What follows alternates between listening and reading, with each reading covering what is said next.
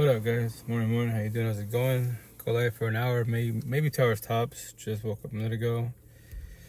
I'm trying to balance life-wise. 2 jobs, trying to do gym therapy, co-parenting, one-on-ones. Eventually push content. I push people's content, on all my platforms. That's why, for the most part, if you want to, vibe with, especially when it comes to, social media-wise, a potential, if you like somebody behind the screen, right, you can judge people based off their platforms, like what do they post, what do they talk about.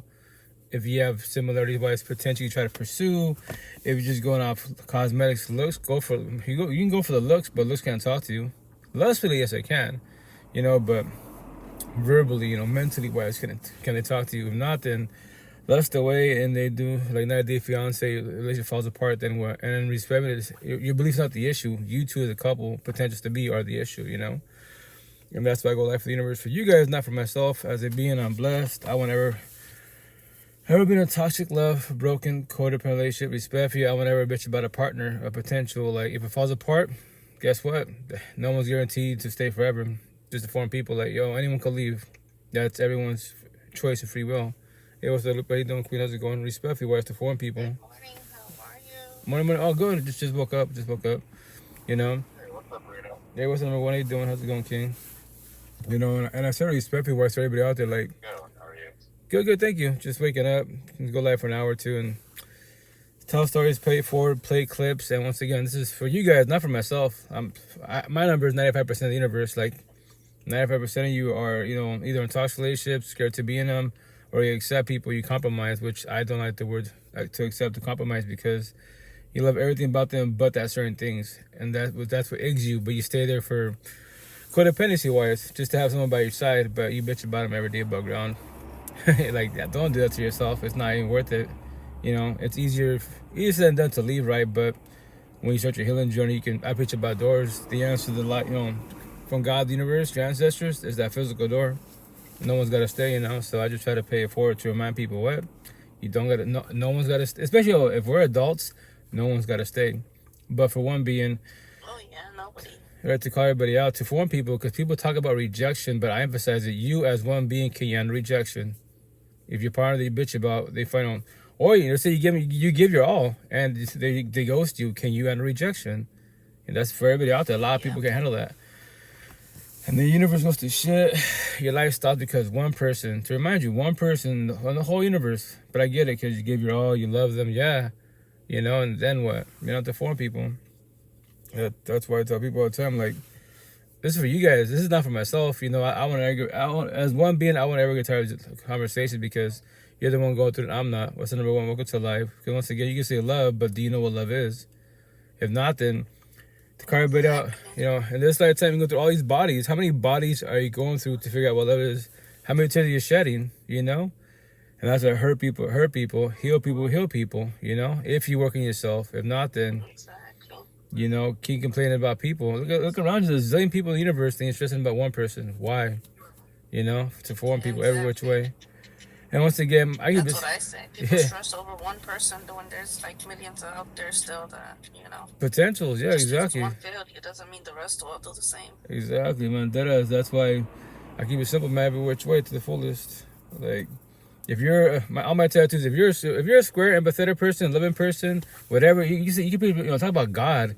God's not a fuckboy fuck girl. You are. Then why are you a fuckboy fuck girl? If you're a zombie addict addiction, why? God's not the Buddha, is it? You are. I preach about you. Because you're the one messing up. That's what I'm saying. Why are you messing up for? Because your parents, because your ex, you are the problem. No one put a gun to your head to do wrong. That was your choice of free will. I keep it 1,000 every which way. You want to keep blaming people? Blame people all you want. But it's you, respectfully. And if it's not you, maybe it's your people, your environment. If people around you, are a bad influence, why are you chilling with them? Because that's your brother, that's your cousin, that's your peoples. They're not good peoples, respectfully. But roll with them, get in trouble. And then go Sunday to pray to God. And then for an hour, you're good. And after that, you're fucking up again. Because why? You choose to do wrong. Yeah. That's why anyone can change whenever they want to, which is your choice if you will. No one's got to stay. No one's got to change. You can blame the whole universe. It's easier to point the finger and blame everyone in the mother for your mistakes than to do what? Turn around, face the person mirror, and start doing accountability. You know what? I got to figure out why I keep doing wrong. Why do I would choose wrong? What's wrong with me? There you go. Accountability. You know, and if you don't know, reach out for help. There's got to be people in the healing journey that know these conversations. It's highly impossible. Nobody knows how to work on themselves. Go to church. Yeah, I talk about time. Church is not the issue. The Bible's not the issue. God's not the. You are the issue. The person by the side, your side is the issue. Why? You gotta figure out why that's the issue. If not, fuck it, run. Do body hope and whole face, and then what? If you're not the issue, you gotta realize when you're in a bad relationship, and you gotta know when to go. Not everything's meant to be. Right, and that's the intent to figure that shit out. Not. You gotta learn how to see the red flags. Correct. Red flags and the boundaries that they're passing, you're passing, the things you're accepting, and why you accept it for. You know, respectfully wise. Exactly. You gotta see what you're accepting and what you're tolerating. Because if what you're tolerating and accepting, and if you continue, you're just teaching that person how to treat you. That's all. 1,000. Oh, very, very factual. Every which way. Every which way. People don't realize that it's so easy to just say, "Okay, I'm gonna continue putting up with it. The guy will stop." And what if he doesn't stop? You're teaching him what you accept and what you don't accept. Correct. What you will tolerate and what you will not. Exactly. Very factual. And that's why there's a... I might even get it tatted on me wise, but I saw a queen on TikTok. She said, which is a beautiful statement. She's like, people are going to see how much you love yourself with the person by your side. And that's factual. You can say you self-love, God, Buddha, like, right, but I'm very blunt, straight to the point, right? So, like, if you're dating a fuckboy, fuck girl, your partner's, you know, emotional, mental, spiritually abusive, physically abusive, their body having the whole face, and you have them by your side. The worst part, here's the best part. You're sober, you don't fuck with drugs at all, and you're dating a zombie, you're addict and addiction. You can say you love yourself, no, you don't. Look, you have love for yourself, but you love your partner more than you love yourself. Because if you loved yourself, you would not have them by your side. I promise you that. You would walk away a long time ago. Because it's different energies. You have nothing in common, but the physical touch. TSS intercourse, yes, you have, you know, you lay down with each other, you chill with each other, right? But on the overall, yeah, you should be together at all. But you don't know that yet, because you believe like I believed that God. Once again, when I say this line, it's for everybody out there to get everyone's attention, because everybody has their own belief. You believe that God, Jesus, Allah, Buddha, Muhammad, the universe, the spiritual, your ancestors will magically wake up your partner and they will love you like you love them. You're waiting for that one day. When that one day happened, today, tomorrow, 20 years from now they finally changed, but they fucked you over for 20 years of your life. Like, don't do it to yourself. But once again, you don't know this conversation because no one taught you this shit. Here's the best part. If you know this conversation, that your parents teach you this, who taught you this? I would love to speak to you. Maybe I can learn from you, from your story type of situation. Exactly. You know? I would love to, like, see what people have in their mind. That is. That's why I preach about minds. Like, this is Avatar, just a vessel. I thought my little motto saying, which I will get tatted on, is going to say, I dictate your mind as an associate, as a friendship, especially as a partnership, because your mind tells your mouth to move and have a conversation with me. Your mind tells your fingers to message me. End the story. Your body, it's part of it, not all of it. Your mind, it's all about your mind. If you can't have this conversation and you're a queen that you want to shoot your shot, I would tell you, respect the queen, my energy is too strong for you. What? When people trigger you, you will shut down, you will build walls, you will push me away. You need your space. What are we doing here? What am I doing here? I was you. I pushed away. I used to. I worked on myself. So we can't talk to each other. Then what are we doing here respectfully?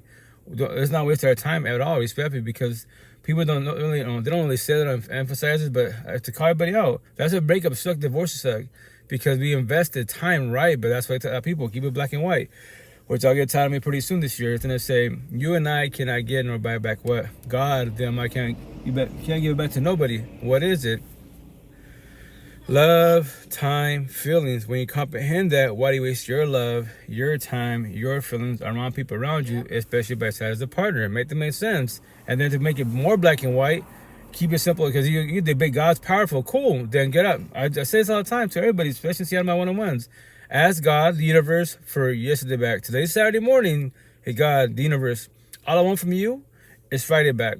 Nothing was wrong with Friday. Everything, I actually want one day back. What was that, God, the universe? Fucking crickets. Exactly. Yesterday's the past been written. Today's the present, the now. Tomorrow's the future. Tomorrow's Sunday. I might not wake up tomorrow. You know? So that's the situation. That's the situation for everybody out there. Like, whatchamacallit? Like, don't when you comprehend that, which I cannot do comprehension for you. I tell people all the time, like, Beings, all we are just, and God, the universe, all we are just communication. We're all messengers. Nobody has to comprehend nobody at all. That is your choice, free will. Everyone has the same two gifts. Exactly. Whatever every other gift you have, astrology, numerology, crystals, I see dead people, universe, cool. I'm happy for your spiritual gift. But if you're in a toxic love, broken, coded relationship, you did, especially if you did a zombie, addict to addiction, I'm gonna call you, yo, you believe in higher source, right, quote unquote, and you have the spiritual gift. How the fuck you dating that person by your side? You could be atheist. I'll just say, hey, check out, analogy, metaphor. You're a God disciple, love. The person by your side, Lucifer disciple, toxic love. Why are you with him for? You can't. Nobody is the one for nobody at all. Nobody can fix, change, nor save anyone in the universe. You can save them physically if you have money, financially, emotionally, spiritually. No, you cannot. You're not God, the universe. I have 8 kids. I can't do it for my kid. I can hold there and guide them every which way. But if they're trauma bonded, they'll go back like I did. I know that. But here's the best part for my 8 kids. I tell them, yo, I will be in your mind. I will tell you everything you want to hear, but you don't have to comprehend. But I promise you 1,000. You have to verbalize it. You'd be like, damn, how you in my head? Because I was you. And the best part, everybody out. Yeah, if you have no kids, 0 kids, and you're suffering, the worst part, if you're with no kids and you're a zombie addict to addiction, you have a lot of healing to do. You cannot say, especially if you're a zombie, you cannot say God or love respectfully, because your God and love is man-made bullshit. Drugs, alcohol, pills. Get high, get drunk, get numb the fuck up, run from your feelings, 1,000%. And that's what I tell people. I'm blunt to get your attention. Ever hurt your feelings? That's my job. That's my gift. Now, what will you do with your feelings? Not my feelings, your feelings. Do you want to talk about them? You don't have to. That is your choice, free will. I respect your boundaries, but that lets me know that you build walls. You're scared to become vulnerable. But then you claim you want love, relationships. You are the problem. End of story. Hurt people, like I used to be. Heal people. What do? We heal people. We got in for one. You ain't ready for shit. What? You're just lonely. Yeah, my face tattoo, you're scared to be alone. 95% of yours because it's raised to be codependent. That's why breakups suck. That's what, like, anyone you see, anybody, if you're doing this, you see anyone doing this, your family, friend, coworker, body hopping the whole face, relationship after relationship after relationship, that person inside broken or get lost. They are scared to be alone. Every which way, they're scared to feel these feelings. They'll talk about your feelings, they'll be supportive, but when it comes to that person's feelings, nope, build walls. They say they're okay. Bullshit. Allow us, more on the male side, we're the massive smiles, but behind it, we're dying and crying because we're not taught to express our feelings, these conversations. Man the fuck up, I'll work harder, be on the grind, work out. Yeah, do man-made bullshit, but remember this, everything you do man-made doesn't shed tears. And nothing does. Feelings do not have feelings at all. Stress does not worry about stress. Depression doesn't worry about depression. You do. You attach your power, your feelings to the words and give power and weight. Why am I sad? Well, that's a good question. Why are you sad? Do you know? If you don't know, reach out for help and guidance. That's what I did almost 6 years ago. Why am I here doing this for almost 6 years? Why did I have those tattoos? Matter of fact, 2 weeks from now, I'm getting more tattoos on my back. And in my situation, anyone that says any word or phrase that would trigger people with mental health, I'll put on my body. Eventually, I'll make sure to hoodies to get straight to the point, to trigger you. And in Seattle, they'd be like, why do you want to trigger people? Because they're called your triggers and your feelings, your mental health, not mine. If you want to, I respect your boundaries. We can talk about it. If not, then there it is. You're scared to elaborate. You're scared to become vulnerable. But then once they get the call, yeah, how can you say you want love? You don't know what love is. You won't ever know what love is instead of, be alone. I have given a real support team, these conversations. And then what? Start your healing journey. If not, destroy everything you touch. And I'm very blunt, right? So all you circles and zombies, which my terminology, all you bad boy, bad girl, fuck boy, fuck girls, bullies, racists, the zombies of the addicts and addiction, all of you to trigger you, you're all loose disciples, the fuck ups of the universes. Everything you touch, you destroy. You are karma, not knowing. All you queens that talk about karma, you date karma. If he's a fuck boy, that's karma. That's hell on earth. End of story. You're heaven on earth, yeah, you're doing the opposite track because you believe one day it's not going to work in your favor. I promise you won't. You have 1 billion kids. Kids aren't the issue. You, as a toxic culprit, are the issue. And you believe it's not the issue because you believe it's not fucking you over. How the fuck is he fucking you over being a fuckboy and he believes in God, Muhammad, the universe? Make that shit make sense. He is the problem. Because that is his choice of will to fuck you over. And that is your choice of will to stay there and pray about manifest for the wrong person, respectfully. That's why I tell people to trigger people, especially religious people. God can't do it for him. What? He cannot do it for him. It's been done for all of us, but he gave everybody what? Choice and free will. So what are you choosing? What are you doing? What's he choosing? What you're doing? End of story. And for both of you bitch about each other, hasta la puerta. The door is right there. It's right there. That's a miracle. That's a sign for everybody. But y'all scared to leave. Yes, codependency. What you're scared to? What's out there? Everybody, all men, all women are the same. Yeah, because you're traumatized as fuck. Anyone says that corny ass bullshit line, all men, all women, you're traumatized as fuck. You've been destroyed so bad, your wall is so fucking high, and you believe in higher source. God won't fuck you over, the universe won't fuck you over. With the truth hurts no matter what. I keep it 1,000. I will destroy you with the truth, traumatize the fuck out of you. That's my job, that's my gift. Run from the truth. Go through all these bodies. Once again, if people make you feel good, if man-made bullshit makes you feel good, why can't you make yourself feel good? Make them make sense. And what's the answer? Codependency and validation. You want people to tell you you're doing good, you're a beautiful person. Why can't you tell it to yourself? Look at yourself in the mirror, or mentally talk to yourself. You can verbally talk to yourself. I talk to myself all the time. All the time.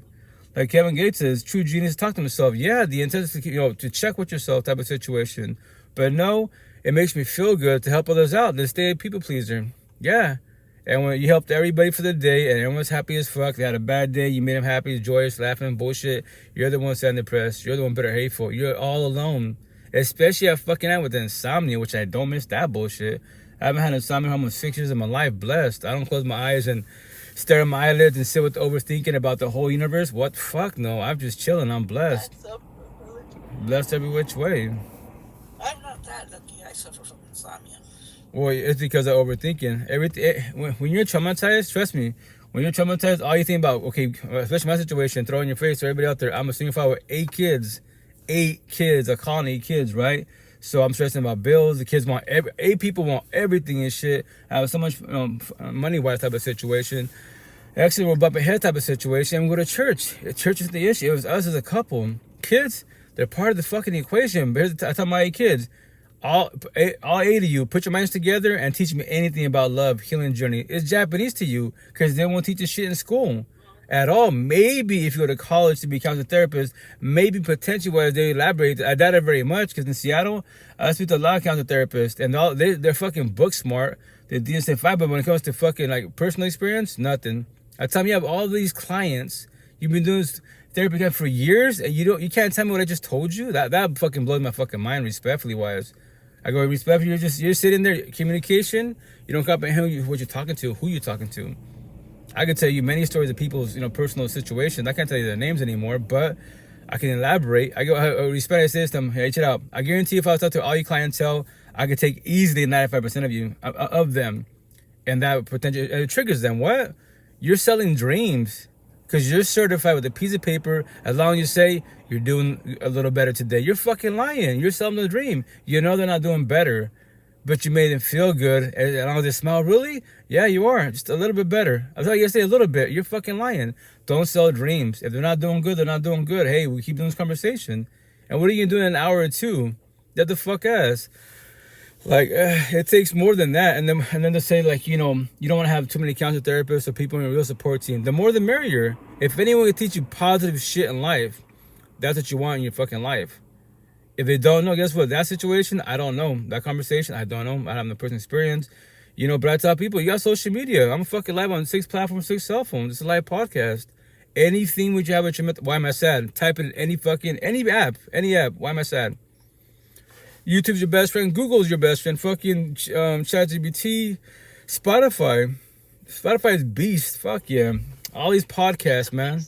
It's all these podcasts. Me as a being, I don't give a shit about no podcast about man bullshit. Man versus woman, black versus white. Politics can't talk to you. War happens every day above fucking ground with your mental home and your physical home. That's for everybody in Seattle. How every day, in general, how you doing? How's everything at home? How are both your 4 walls? They'd be like, what do you mean both my 4 walls? Your mental home and your physical home. Both your 4 walls. Is it heaven or hell? I'm atheist. It doesn't matter if you're atheist. You know the terms of heaven and hell. So is your mental home, is it heaven and hell? Is your physical home heaven and hell? There's the problem. War happens every day above ground with the person marry you and the person by your side. It's funny, like I used to be in toxic relationships. We were about war and politics and bullshit that, what's happening in the news. And we sit there and fucking watch it together. Miserable as fuck, but for the time being, we're quiet. And we have empathy and sympathy for people going through bullshit in the universe, right? But we don't have empathy and sympathy for as a toxic couple and shit. I wish I don't miss that bullshit, but why?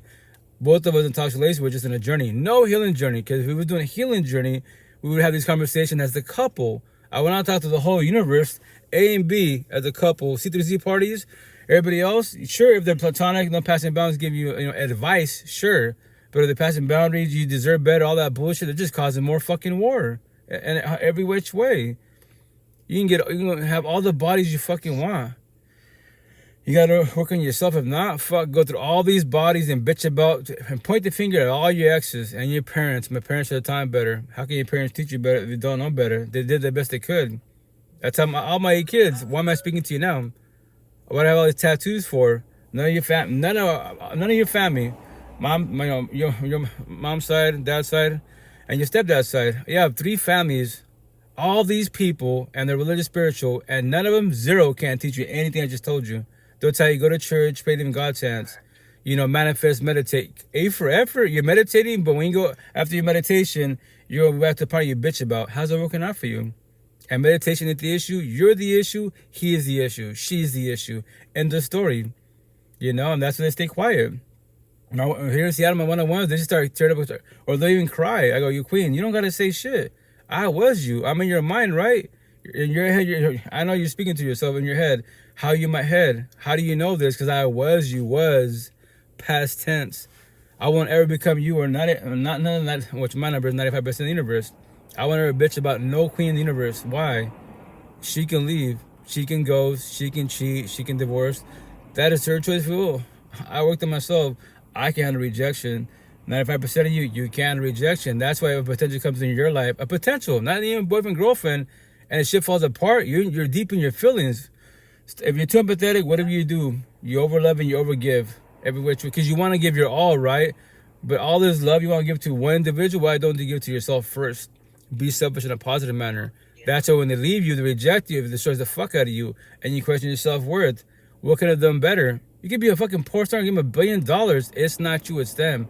You was ready for love. They said, just don't listen with your ears, listen with your eyes too. Actually, on the words, they said they wasn't ready. That's why they walked the fuck away. End the story. Did you walk away? No, they did. They wasn't ready. End the story. A lot of people think they're ready for love. Think is not knowing. You gotta know you're ready for love. Or scenario, you could think you're ready, and you meet someone in the healing journey, especially more in the waking woe journey, and you either for one of them, yo, like my energy is too strong for you, or you know what, I love you, but here's the kicker, like, you as individuals, we cool people, but you're traumatized. You're stuck on your exes, my neck tattoo, your past trauma. You mistreat people and stuff. Like, yeah, you don't mistreat me yet. Maybe in due time you shall, but not yet. But y'all was mad at everybody. Why? You're jealous and trolling. Like, I'm just platonic. I don't pass no bounds with nobody. Was I'm sorry, your exes that were jealous and trolling. My neck tattoo, I'll call you out. I'm not your exes. Know your past pain, your toxic love trauma, and the cherry top. I'm not your child trauma. I don't know you. I'm trying to get to know you. Keep it today and on the present as best as possible. If not, it's not going to work out. And I will walk away from you. What?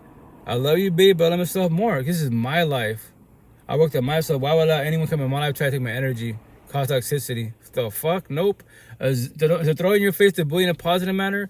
A zillion queens of the whole universe. Why would I just about you? One. Look around you. I'm in Seattle. Look around you. Zillions of queens. Taste the fucking rainbow. Every culture, every knowledge, every belief. Right? Cosmetic, you're beautiful, but I date their minds. I tell the queens all the time, I date your mind. What? Because your mind is telling your mouth to move and talk to me right now. Right? Your lips are moving. We're having a conversation. Yeah, your mind's doing that.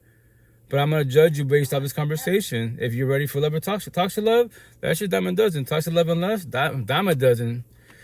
Especially downtown Seattle, on the south side, the ghetto hoods. Especially at nighttime. There's no love in the streets. Fuck no. There's your future baby mom, baby father, fucking benefit situationships. All that bullshit. Especially out partying, kick a drink. Yeah.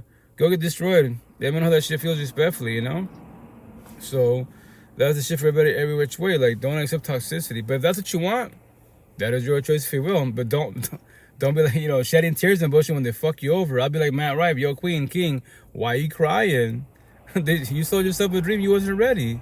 They wasn't ready. But you were just lusting. Yeah, enjoy that lust for the time being. And when shit falls apart, then what? Boo-hoo you?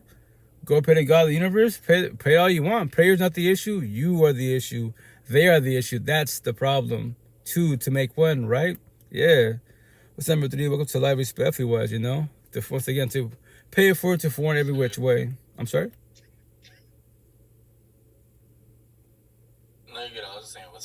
Oh, hey. And once again, say all respect wise just to pay it forward to you guys, because so you don't accept bullshit by your side. So you don't be sitting for staying too fucking long. Because if you do it, it'll destroy the shit out of you to the point you become traumatized and you build walls and you do that corny ass fucking word. All men, all women, or every woman or every man. Anyone says those fucking two phrases, that lets me know from that to look at you as an individual, you are broken like lost every which way. Respectfully and internally wise. You know?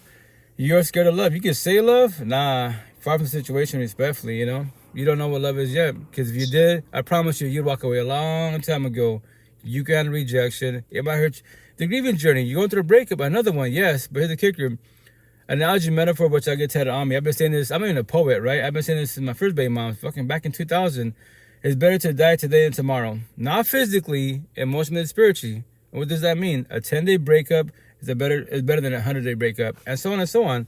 The longer you are with each other, the more than it hurt both of you, especially the more empathetic person, the loving person. It hurts you the most because you keep trying. You give all these chances, even though they fucked you over a billion fucking times. Maybe God, the universe, yes, I'm born raised a Catholic. Trust me. Nothing's wrong with the belief. It's you. I tell people all the time because you be black and white about it. If scenario, God, you're waiting for God to send you a being or a sign. Anyone that comes to your life as a physical being with positive advice to hold and guide you, that's God in front of your face. Analogy, metaphor. Anyone that's fucking narcissistic as fuck, yo, let's go party and kick it. Wild the fuck out. I know you love your girlfriend, but guess what? What she doesn't know won't hurt her. I got bitches and bullshit by the side. Right now, a phone call away, let's go kick it. And you do wrong, that's the devil, Lucifer, Satan. End the story. Black and white. You could be an atheist. It's an analogy, metaphor. You know? Now, what are you choosing? What are you doing? Everybody, everyday background has two same gifts, choice and free will. So what are you choosing? What are you doing? What's your partner choosing? And what are you doing? What are you people choosing and doing? You know? It's black and white. No years of therapy, counseling, the healing journey. Straight to the fucking point. End of story. That's why I preach about environments. How's your environment? What? Your peoples, the people around you. You could be a good, loving Buddha, whatever your higher source is. But then your peoples are bad. I'm like, environment matters. I'm sorry? I was saying, yeah, the environment matters. I thought you around, that's just going to affect you. 1,000%. Because they can hype you up and hell yeah, you want to show with the squad. And shit happens, you gotta get in trouble. That was not your intent to get in trouble. Guess what? That's your people. That's what they are. They're on the streets. You know, you're about to get in trouble. And sires don't fix shit. The opposite be, I don't want, you're all in the same group. You're all going down. But dude, hey, the cop line sit there and fucking say, you're all going down as a group. End of story. Bail your ass out. And now you'll be, call your mom and dad someone to bail you the fuck out. You know, you gotta be very careful to get involved with every which way, you know? So, as a forewarning, you know, once again, no one has to jump in this conversation. I'm just trying to, pay it for it so you don't get in bad situations, especially in toxic relationship. You don't stay for too long. But yes, I will make it sound so easy because I worked on myself. Healing journey, healed. I let everybody go. My neck tattoo, I let my exes, my past pain, my toxic love, trauma, and the cherry top, child trauma. I have nothing against my parents. None of my family. They don't know this conversation. To this day, they do not know this conversation at all. That's just called what? Big ass phrase. It's called what? Everyone, all of us are stuck on what? The generational cycle. That's not even my spiritual gift. I can see everyone's future, especially if you're in a toxic relationship. I get to know you and your family. I mean, number 3, check it out. You and your girl cool, right? But you're toxic as fuck to each other. But I just met your parents on both sides. Your parents still together, miserable as fuck. Aunties and uncles together, miserable as fuck. Abuelitos, grandparents together to this day, miserable as fuck. Your future's in front of your face. What? Look at the age gap between your parents, aunties, uncles, and grandparents. Still together, behind closed doors, miserable. And they go to church. God, Buddha, the universe. They believe it's not the issue. Them as a couple is the issue. You as a couple is the issue. And your future's in front of your face. And you can back about man-made bullshit. Like your parents and grandparents do in Dubai, Hawaii, Pluto. Yeah. But when they go home, behind closed doors in that mansion, the mansion's not the issue. Them as your parents, grandparents, as a couple is the issue. Well, yeah, there's your future. Yeah, they don't got no real relationship. Exactly. They just accepted each other. That's why I don't like the word accept people for who they are when you meet them. And then, you compromise. You can do that, but I will promise $1,000 billion don't have you would say this bullshit ass line. I love everything about Maria, but she's jealous, but she's controlling, but she's mean. You'll tell everybody in the mother but that, but your partner because you don't want to hurt their feelings. But you're hurting your own feelings being with them. and you bitch about it. I bitch about doors. The doors, right? All these doors you go through every day about going to put, so in your mind you start counting doors, looking at doors differently wise. You bitch about one door every morning, every night, and that is called what? Your home. How's that working out for you, respectfully?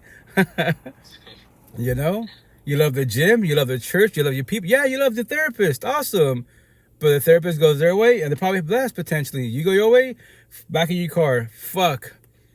You gotta, why do you, to dread to go home? Fuck, I gotta deal with their, fuck that shit. I won't ever do that shit. I comprehend that feeling. You sit in the parking lot, you wait. Like my younger daughters, right? In my head, I can rewind, the time machine, rewind time. They chill in the car, I'll be chilling in the car. They sit in the car with me. Yo, Daddy, come in the house in a minute. I've been in the car for an hour. It's not our daughters, it's her. I don't want to deal with her. Go in the house, we don't even talk to each other. Fuck that bullshit. If you can't talk to each other, it's not going to work out at all. It could be a billion kids. It's not the kids, it's you two. And on top of that, the foreign people, do you believe getting married, having kids, you make your relationship better, your life better? Kids are a blessing, also a lesson respectfully wise. And yes, nobody has to be here. You can do option A. Wife? I'm sorry? Is that your wife? No. I'm not married. I have two baby moms. Oh, okay. Co-parenting my second baby mom, the mother of boys. First baby mom, nothing against her. My tattoo, she's the Debbie mother. I'm back in Seattle. She's somewhere here in Seattle. Gotcha. Who knows? Potentially, we might even bump into each other. If we bump into each other, I guarantee if she's not watching my social media type of situation, when we see each other face to face, potentially here in Seattle, she'd be like, "What the fuck are your tattoos about?" Because moms just leave up just words and passages, right? Healing notes. I'll be like, "Yo, this is us, the old version of us." What? Now I know why we failed. I'm loving your toxic love. What? I'm God's disciple. You're Lucifer's disciples. We're both from the ghetto hoods, but you grew up in it and you fell into it with your family. I grew up in this shit, but nope. I look like 10 kilos statistical. Nah, I'm far from the situation. Respectfully, prison tattoos, respect when I say this. A lot of prisoners get out, they can change their life, because God came into life. But I'll say God, but I don't emphasize God, because God's not going through it. You're going through it. Respectfully wise, So that's my situation. That's about tattoos. I'm sorry? Yeah, no, I was saying, it's your own individual journey. Yeah, the healing, well, that's what I'm saying. Like, it's, if you're doing the healing journey, that's mental health. If you're just doing a journey, do the glow up. Get a better job, lose weight, do what you got to do, man-made bullshit, right? But with your mental health, like me, I go to the gym. I'm, trying to maintain my weight type of situation. Some guys give me shit. They be like, yeah, they're fuck. I go, King, you're yoked the fuck up. Yeah, but here's the kicker. Is this your go-to type of situation? When you're at work, remember this, someone triggers you, your coworker, your boss gives you shit, now you're triggered, the devil wants to come out of you. Do you want to run to the gym, right? But you can't go to the gym because you're working. You can, if you want to, you can go, but then you get in trouble, get fired, right? So that means you're codependent of the gym. So you're physically fit. Up in your mental health, emotionally and spiritually, are you losing weight with your on my tattoos? Anxiety, depression, your ex, child trauma? No? Then guess what? You're physically fit. Emotionally and spiritually, you're weak, you're fat upstairs. You don't know this conversation at all. This is Japanese to you. And it triggers a lot of them, respectfully. Balance, every which way, yin and yang. You gotta be physically fit, sure. You gotta take care of your body so your body takes care, because avatar fucking sucks. The older you get, the more delicate it is, because your metabolism goes to shit, everything goes to shit, and stress is a killer, every which way. But be mentally fit. These conversations, if you're doing the healing journey, you potentially maybe a little ready for love. But both of you should be on the same page best as possible. If not, it's not gonna work out at all. Respect, So every which way. So let's tell people, you as a couple as potentials, even friendships, it's energy. It's facts. It's all about energy. It's all about energy. You don't have to know people as physical beings, as talk to them, but just look at observe them for who they really are. Like my situation, see it all the time. You look deceiving and tell the people here, especially the queens, what you thought? 10 kilo prison tattoos, gang mafioso? Like, yeah. Or Seattle talk, they'd be like, well, I go, you thought the South Side? Because the South Side to get a hood. Like, there's nice areas in the South Side. For 5-10 minutes, now you're back on the block, right? I was like, so you thought from the South Side? Like, what you said, I go, but you thought about it, and we both laugh about it. That's Seattle talk. We know the lingo. Like, nah, I'm just here to tell a story. Here's the best part, Queen, and some kings. The reason why you speak to me because of my tattoos. It's not because of me as a being. If I had no tattoos on my body, we would see each other, common courtesy, maybe we would potentially say hi to each other, and that's it. Maybe a small conversation. But the only reason you stop is because of my tattoos, not because of me. I'm just elaborating. And they'd be like, it's crazy. It's just words, right? Like, yeah, it's specific words and then my healing notes. If any word in my body triggers you, that's my job, is my gift. Yeah, but it's real shit, yeah. Yeah, it's straight to the point. It's because me as a being, I don't want people to whatchamacallit, I don't want people to go to be in the healing journey forever, you know, and their mental health type of situation. That's why I preach about real support teams. Like, reach out for help. That's what I did almost 6 years ago, May 3rd, 2020.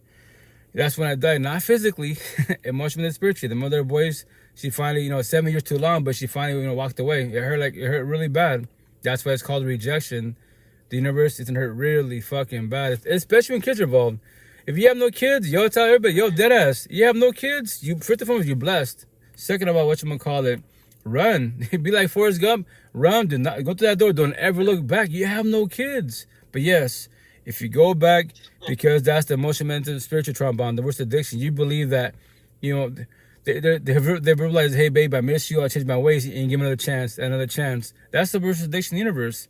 The man-made addiction is drugs, alcohol, pills. Those are, I just call them zombies. They cannot say God and love, end the story. Now they're doing rehab, I'm sorry? I was saying, yeah, no, I got a love addiction. Love addiction? Well, it's because you want love. That's what is the kicker? Like my tattoos.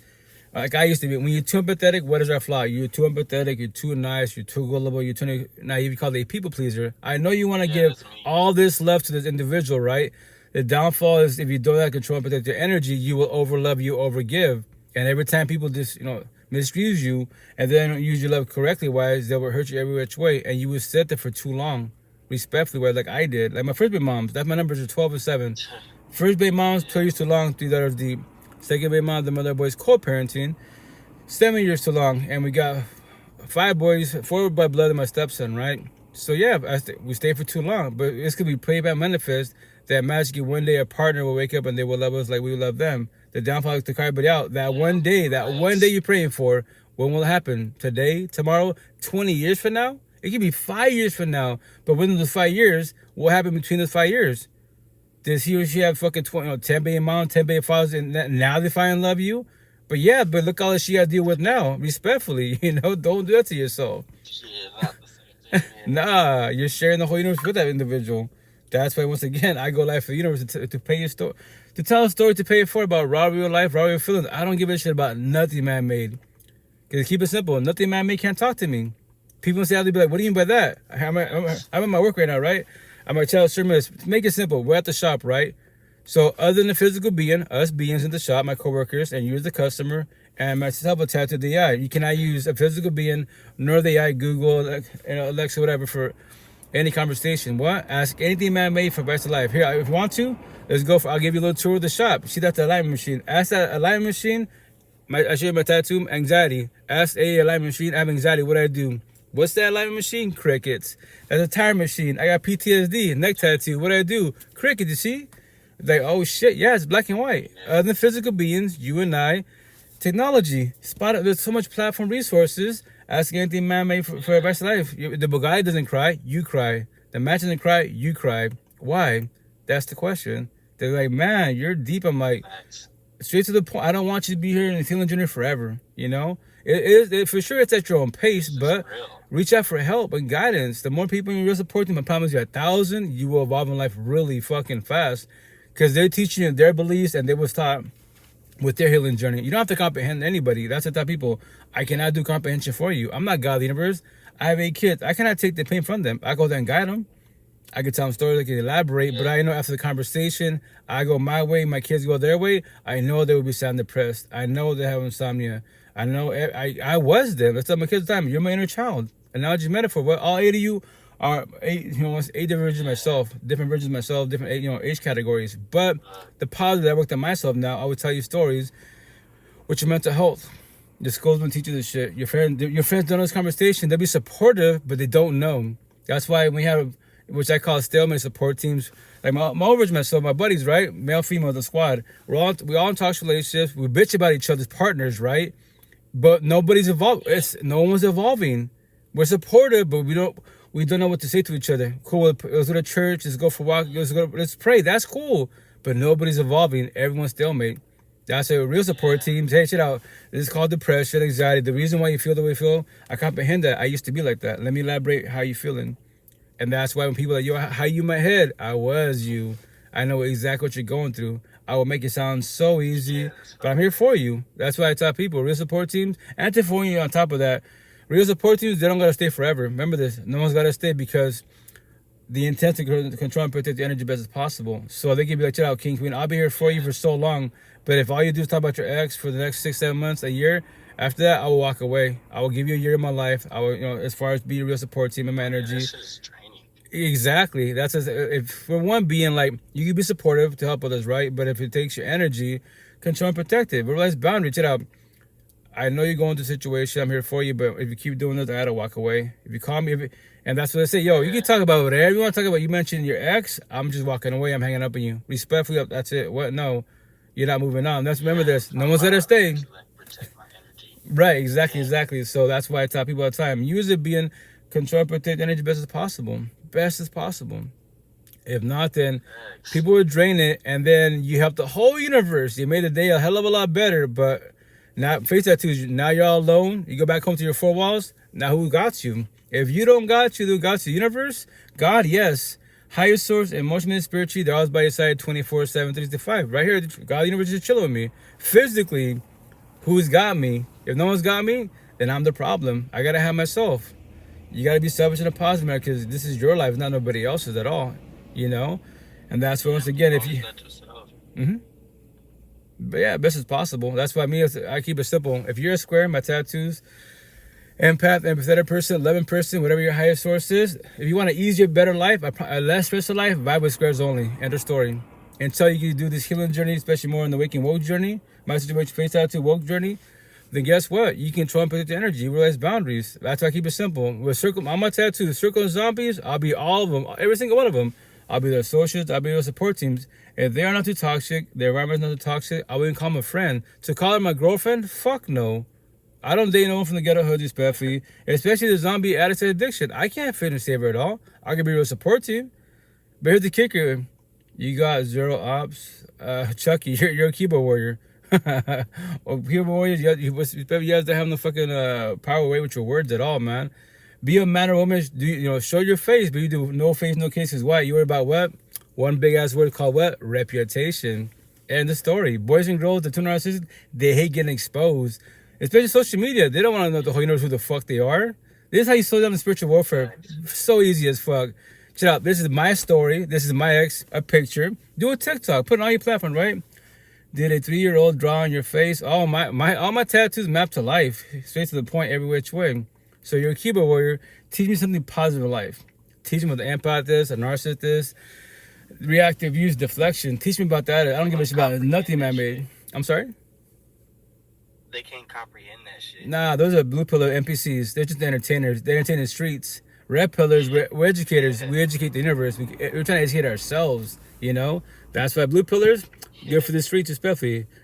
You're a little sleep, y'all a little sleep too. Oh, of course. How can we say we're asleep, quote unquote, but you're a fucking keyboard warrior? You don't see my tattoos, right? So I'm gonna add to it, because me as a being, in my mind, I'm always trying to dissect the universe to make it more simple. At the same time, because my job, my gift is to trigger people, because that's called your feelings, right? So you can't see this right here. It says, the second line is not my line. A queen Ambigo, 2 years ago, she DM'd me this, hey, King, you know how you like to trigger people? What I say, I love to bully bullies, right? Like, yeah. So it says, all you bullies, cyber bullies, keyword trolls, your mother should have swallowed you. The universe would be better without you. I'm going to add to it, what I say, you're here for a reason because you're a fuck up. If you don't ever start your healing journey, you'll always be a fuck up, respectfully. And that'll be tied on the rest of the bottom of my tricep. And eventually I'll make shirts and hoodies. But obviously, the shirts and hoodies, it'll say F, I won't say fuck up because obviously kids will see the word, in the streets of Seattle, but I would trigger a lot of people. What? Are you bullies? Bullies ain't shit. If you're a bully, you don't say God, don't say love. All my tattoos, you're good for what? The streets, toxic love. You're not good for the home's love. End of story. End of story. I keep it black and white. No love for yourself. Yeah, facts. Oh yeah, how can you say God love but you're bullying people? You're a fuckboy fuckgirl. You're a zombie. Once again, respectfully, you're a zombie addict to addiction. I comprehend addiction. I have no personal experience because you don't want to feel your feelings. I speak to a lot of them. Here in Seattle, my one-on-ones. Yes, tell me a story. When you're high drunk, what do you think of? Who do you talk to? God? The universe? Your other family? Yeah, and when you sober the fuck up, back to reality, this vessel, how's it working out for you? Or be like Forrest Gump, roughing your feelings, then you're the problem. Every which way. Do not say God, do not say love. And when they call me the fuck out, who the fuck are you to judge me? Who am I? Face tattoo, 1% woke. We're the refuge judges of the universe. That's who I am. I just called you out. What's good? And here's the best part. I love haters. Because guess what? Before you pray, before you say God, you kids, fuck that motherfucker with tattoos. In your match in your head, and if the rapper has my neck tattoo, I had a door of pain. I'm eating my popcorn. I'm watching Cal of Beauty. Smiley face living there rent free. Why do you allow I to live in your head rent free? Make that shit make sense. I don't even think about you. I pray for the universe. I go my day, go my life, and that's it. You think about me, and your day goes to shit. Why do you allow me to take your energy? Make that shit make sense respectfully, you know? You know? That's my job, my gift, to trigger people's feelings, to get your attention. That's all my tattoos. It's not for validation. Initially, some of my tattoos for myself. Healing notes. Now the rest of my tattoos for everybody else out there. Straight to the point. That's when Seattle, they're like, man, you have a lot of words that trigger people. Yeah, I know I do. Yeah. And now we're talking about it. And the idea after this conversation, we potentially talk to each other again. Social media, we can follow each other, or we never see each other. But if those words on my body, the healing notes, stay in your mind, then I planted a seed. Now, what will you do with that word or phrase? Will you study, observe, water it, or let that seed die and run from it? Because it's triggering, right? Yeah. Like, man, I'm very direct. I just don't want, once again, for everybody out there, I don't want you to be in this healing journey forever. Being bitter or hateful against everybody, your past. Yes, your ex fucked you over, your parents fucked you over, you don't have parents, right? But everyone's stuck on what? It's one big ass phrase. And I've been on like a crazy fucking healing journey for the past couple months. Okay. Like, just going through, like, learning a lot about myself and just like awesome. Hell yeah. On myself and shit. Yeah, that's the intent. Like, I was taught from 10 my light workers, you know, my real support teams. Yo, King, date yourself. What? Be alone. Face tattoos. We're here for you, right? You said you have 10 people. Like, that's badass. I had like, they told me, hey, my support team is 4, 5, 6, whatever. But you have 10. Yeah, just date yourself. What do you mean date yourself? Get to know your boundaries, the red flags, and your exes. What you accept in life? What you tolerate? Honestly, I have a love addiction. I don't know how to date just myself. Well, that's because codependency. It's codependency, yeah. King. Remember this. Yeah. We're raised to be codependent. Think about it. It's black and white. When you're a little kid, keep it simple. Your parents, caregivers, a body by your side. Let's say you have siblings, bodies by your side. You go to school. There's physical bodies by your side all the time. Let's keep it simple. You graduate, right? And you move with your roommates, body by your side. You move with your partner, body by your side. The day you have 4 walls by yourself, oh shit, now I'm alone. No physical beings. Your family, friends, you know, your ex, let's say your ex trying to be cool with you, right? Healing journey. They could be in your 4 walls for the time being, but they got to go home. And when everyone leaves you, now in your 4 walls, all alone. That shit's scary. That's why the healing journey is very painful. Because you're like, fuck. Because you know everybody else got to bite by their side. That was like one of the biggest, that was one of the biggest points in my life. Yeah. To like, when I first moved out of my mom's house, that was fucking crazy. Oh, yeah. Well, it's because, that's when we get homesick. Because now we're like, oh, shit, I'm kind of like moving on by myself type of situation, you know? You might have a little buddy, it's cool. I grew up like the youngest, the baby. Okay. I always had a bunch of fucking attention, and so then I moved out for the first time, and I was like, where the fuck is everybody at? Right. Oh, yeah. Wow. Oh, yeah, that's a part of the healing journey. That's why the intent with the healing journey is very painful, because the intent to what? D type of codependency. You don't need people. That's codependency. You want people if they want you. We match energy, love. Nobody takes energy, toxic love. If they take your energy, why do you allow it? The door is right there. That's the miracle of sign for everybody. It's right there. No one's got to stay. But yes, I know, easier said than done. You know, you feel like, you know, if you give people, you're a failure. No, do not feel guilty. Keep it simple. If we're adults, middle school, high schoolers, they don't know this conversation. They have social media, but respectfully, they will not research the shit, right? If you're adults, you can fend for yourselves.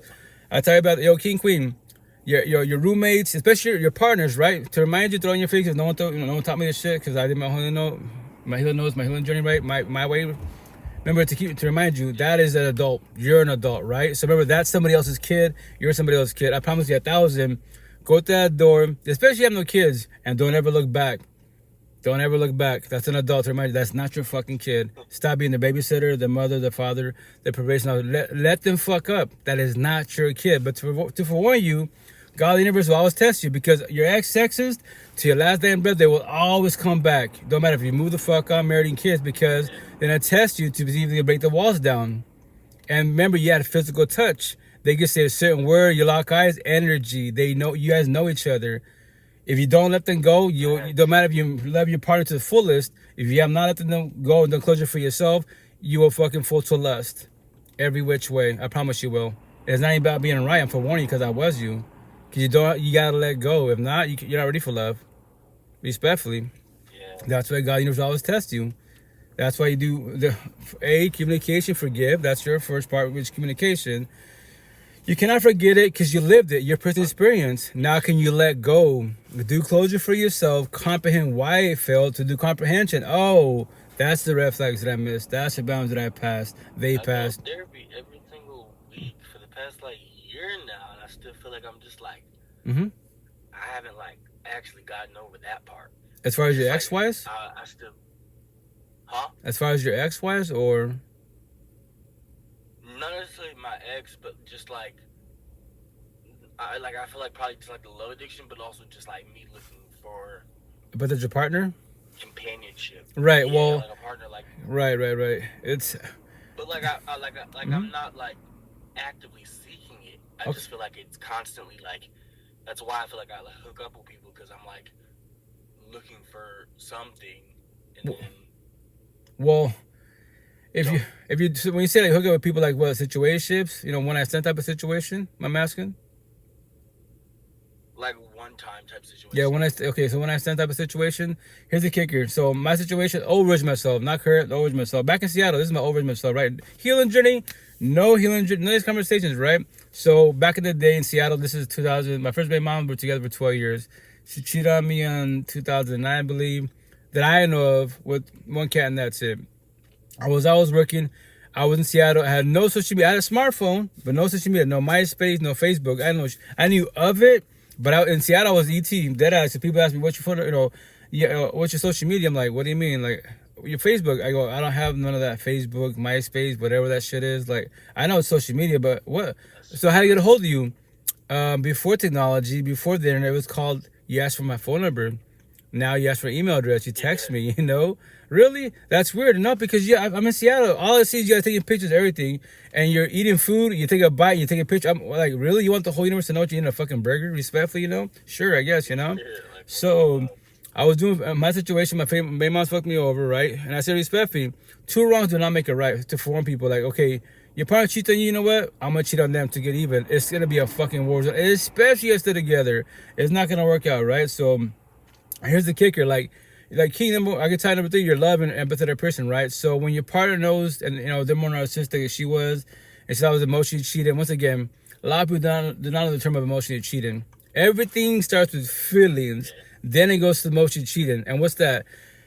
When you cannot control your lust, that's the problem.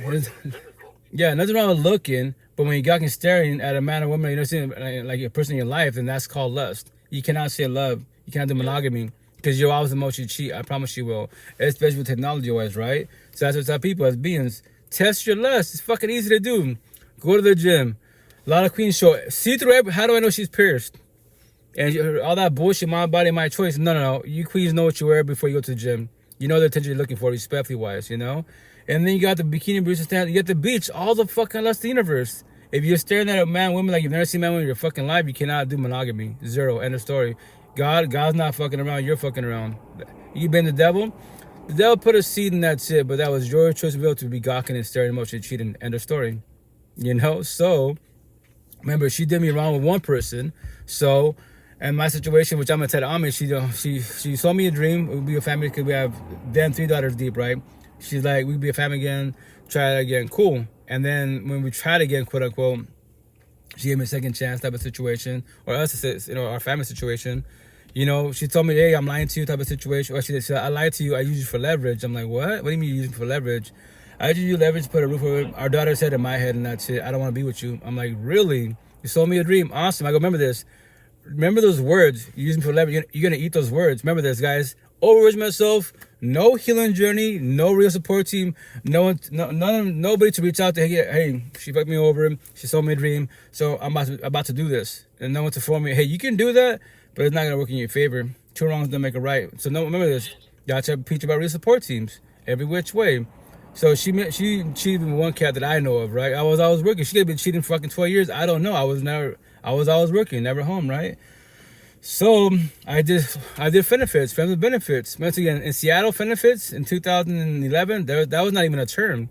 Like key number 3, when I stand, that was normal. They're like, yo, I don't know who the fuck he or she is. They were thinking that's it. Like, what do you mean benefit? That's my friends with benefits. I want to get to know who she is. You know, that's what my benefits, they were like, it's a fake revenge love story. I'm not your boyfriend. You're not my girlfriend. Just to let you know, on your side, control your feelings best as possible. Do not catch the elbow of love from me, because just to warn you, I love my baby mom. She's garbage, right? But this love for her, I don't know how to get rid of it. I don't know how to. So please, on your side, control your feelings, right? So like, King, what you're doing with your one night stands, right? So once again, when you're doing lust, right, and you can lose control every which way. That's what happens. It becomes, especially when it's given to you. And that's my situation. Once again, no healing journey. And to get people's attention, it's all about energy, especially the queens, right? So they know energy. They might not comprehend to the fullest, but they know it. And my buddy's trying to know Rico Suaves and bullshit, their hair, the whips, the cars, everything, right? I'm like, and they're like, bro, like, you don't even dress, you're always working, you don't even dress up. Like, bro, I'm just myself. And my homegirl, she's like, Leslie, she's an awesome sister, right? Not like, like blood sister, but like, spiritual sister. She's like, it's because your energy. I'm like, what? It's because your energy. I'm like, I don't know what that means. It's because you're authentic to yourself. You don't try hard. Like I say, all you do is talk to them. Exactly. That's all you do. You're authentic to yourself. You talk to them. Your boys over here, they're throwing their their little corny ass lines and bullshit, showing off the cards in here. Yeah, they're trying too hard. You are just being you. That's why you get their attention. That's why they talk to you. I was like, I guess I'm just being myself, right? So, that's I was. Like, I'm just now getting to that level of like interaction, like when it comes to like women. Yeah. Because I've never really been into women till recently, but okay. Now I'm kind of like trying to try a lot of different things, but just like being authentic is the big part. Well, it's because initially, when we enter with, it's because you're scared you might say the wrong thing. You're scared to be judged. Like, if you're authentic yourself, you don't what I say, right? I work to myself. The only person you need, chase, compete, submit, and evaluate with who is the person marry you, not somebody else. I did not evaluate for my 8 kids, co-parenting, my ex, none of you guys.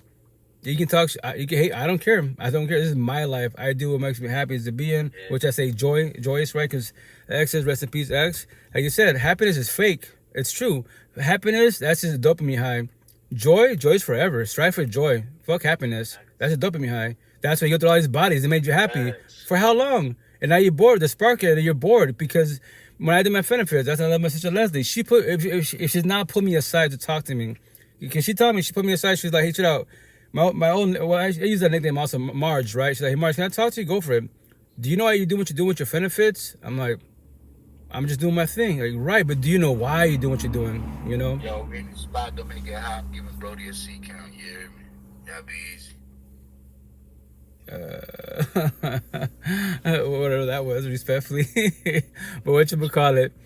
She's well, your benefits. I see that women, you chill with, they're beautiful, right? But do you know how you do? I'm like, if you know the answer, please elaborate. I don't know. I'm just doing my thing. She's all, here's the kicker. I did what you did, but I was doing just, I didn't do benefits. I didn't know who the fuck the guy was. I was doing, what you call it, when I stand, because, like your baby, she's like, our stories are very similar. Your baby mom is my baby father, and you or I, and that's it. But I did not do benefits.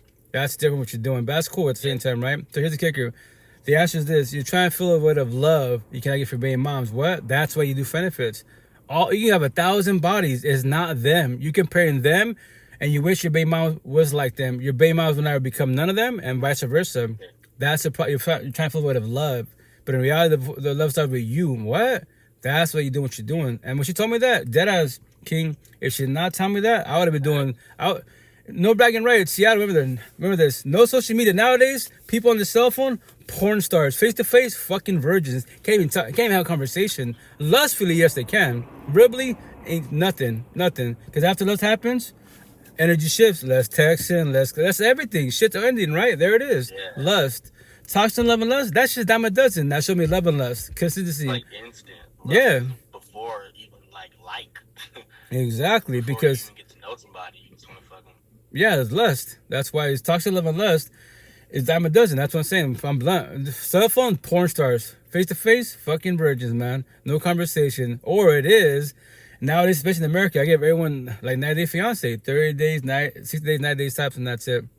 Everything in the beginning of love. After lust happens, watch it. If energy consists, that is love. If it's fucking inconsistent, they're toxic love. It's just falling apart. The dopamine high. That's that you had happiness. There's not joy. Joy is forever. That's why you gotta learn to love you. A lot of us do not have to love ourselves as beings. Everything starts with you. That's why I tell people like here in Seattle, right? A lot of queens see my tattoos, they be like, like you said, therapy. I go, respectfully, I couldn't afford therapy, right? So how do you speak the way you speak? Because I went to social media, I do a live podcast. You don't believe me? Go to my YouTube, Coach Reader Podcast. Go on YouTube, Spotify. If you want to see me physically, before all my tattoos, go on YouTube, go 6 years back and rewind time. Go 6 years back and there I am. No tattoos. Bare minimal tattoos, right? I'm being my ex, the mother of a boy, she's a narcissist, all this shit, right? But no, I reached out for help because some queens were DMing my people's locally wise, and then 3 queens on my IG and Facebook, they DM me, and we had a conversation. I don't know who I know of them, they're followers, but they never once in a lifetime commented on any of my posts, until they saw what I was doing. Got you. You know, and that's why I preach about social media. Maybe locally, no physical beings, no healing journey. The Japanese to them, they're on a journey, but let's go party and kick it. Let's get you another girlfriend. Like, I don't want another girlfriend or boyfriend, whatever you're into. I'm a fresh breakup. Yeah. Anyone that says that bullshit, nah, that person's not good for you. That's the devil Satan. I mean, right in front of your face. Because it body hopping the whole face. Relationship. Body hopping. So fake. Yeah, exactly. It's a dopamine high. It's happy. Yeah, they're making you happy for now. And when this shit ends, what? Especially if you did no healing journey, when it comes to breakups, right, and divorces, it's not raising the competition at all. But the partner that typically falls back, be alone, try and do the healing journey, they don't know this yet. I was taught, but they're actually winning. It's not always in the marathon because your ex that moved the fuck on, relationship by the way, body up in the whole face, they are broken, ugly, lost inside every which way. No healing journey. They will destroy everything they touch. Watch. Yes, for now, on social media, your ex is posting the new partner, lovey-dovey, for now. Because remember this, your ex took no time to heal. You're the ex now, and the exes, all that trauma goes to the new partner. And they're going to destroy them way more than you trust. That's why hurt people are narcissistic, hurt people, heal people, we heal people. We got for one to pay it forward. So you don't become us and many of us. It's so easy to look at that and think that like, oh, this person, like my ex has moved on and done this and that, and then I'm the problem. You're right. It's like oh, they just like doing. Okay, number one, how you doing? Right, facts, and it's because once again, and initially, wise, you have the right to feel like that. If you have no real support teams, that's where you stay stuck. Like, okay, I'm here suffering, I'm shedding fucking balling like a bitch.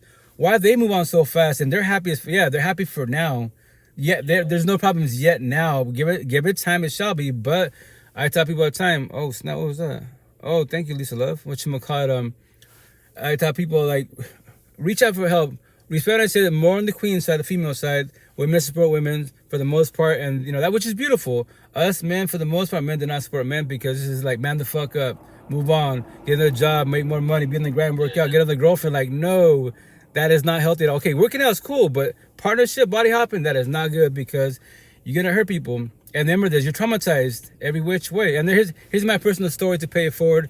You don't see my tattoos, right? So there's a positive, negative version of this line. So to forewarn you to pay it forward, no one has to comprehend this, right? But I just don't want you to become any type of situation because potentially it can happen to you, right? So when you're traumatized and you don't know anything about the healing journey, and so it makes you feel good, right? These conversations, energy, beautiful, and you try, but the intent is beings like you, which I recommend to people, is like ask correct questions. Hey, king, queen, when was your last relationship? How long has it been? And so on and so on. Is your ex still stalking you? But no one knows this conversation, right? So first baby mom's, when she cheated, was like nine and a half years in, 2 daughters deep, right?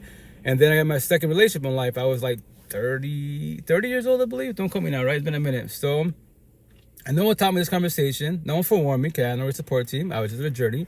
So I can't tell you what the altercation was about. But she said a line in my head, triggered something. And I said this line. There's 2 versions of it. The another version, which a lot of us do. And this is before you say this line, your relationship is lovey-dovey, everything. Porn stars, everything, emotionally, spiritually, phenomenal, right? Lovey-dovey and shit. But then you drop this line and watch your partner's energy shift, less everything. And now the argument begins because you said the line. And what is it? You're just like my ex. So the negative version is no healing journey. You say it, and here it is. Your parent calls you out. Yo, I'm not your ex. Like she told me, I'm not your baby moms. Who the fuck? I mean, I won't say her name on here, but I'm this. I'm your girl. I'm not her. But no one told me this, right? That's the bad version of it because I'm not elaborating. But if I elaborate, check out, babe. It's not you. That's my ex. My trauma. That word is sent to the subject. It triggers me. But I'm trying to work on that. That's a positive because you're elaborating. You're forewarning. That's a positive version of it. That's called healing journey, right? So my personal story, guys, is to pay it forward. So you drop that line. Now everything changes. Energy shifts. Now you're bickering and bullshit, right? So here's my personal story, right? So we're doing two sex in the court. She's on top of me, right? And she goes nose to nose, right? She's like, who you fucking? Me or your baby moms? Buzzkill. Why did you say what I said? Because I took her energy. And what? She questioned her self-worth. She's comparing herself to my baby moms. But remember this. 9 years in, 10 years in, to a fresh person. No healing journey, no support team. That's it. No guidance, no forewarnings. That's what the Light Podcast. I pay it forward. I preach about mental health to fullest, toxic relationships, and the person by your side. Like Buddha taught mind and body, which is self-love in a positive manner. Like everyone take energy. Why? The door. I preach about doors. The door's right there. You can leave, right? But I do the person by your side. What? Because relationships can make you. Oh yeah, go for number one. Can I interject? Please do. Can I interject Yeah. Please do. Coach, thank you for having me. Yeah, you're welcome, Queen. I come on this like ego thing like once every few months. I really don't know how like everything is. I mean, I gave a gift to you because like I'm on here and I want to be respectful. I don't know what the hell I did. I don't know how much I gave. I don't know. I have no clue. Right. But here we are. Yeah. But you know, I like hop around to different like lives, right, that are on.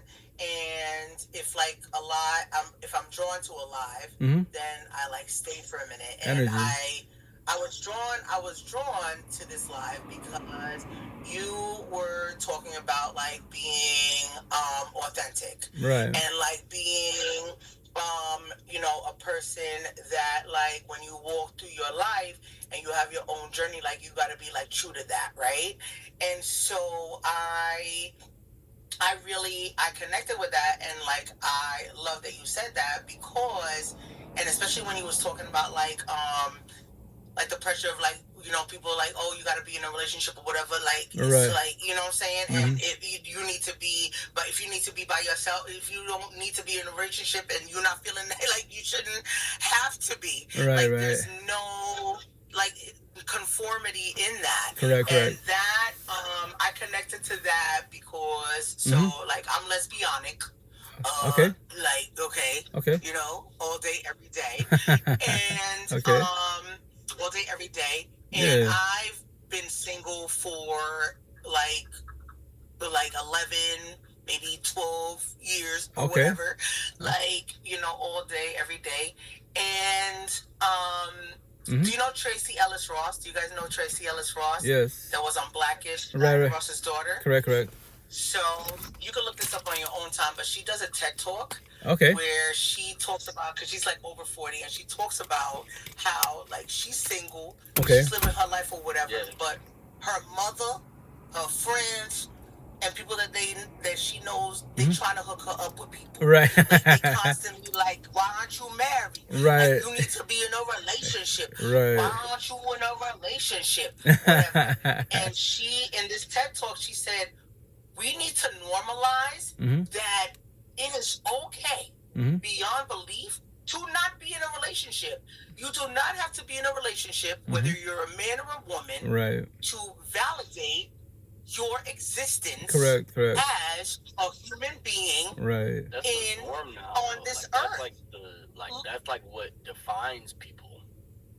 Well, but that's the thing. She said we need to normalize that shouldn't be the defining point. That shouldn't be the defining point, or how you see people as valid, correct, and having like a progressive life.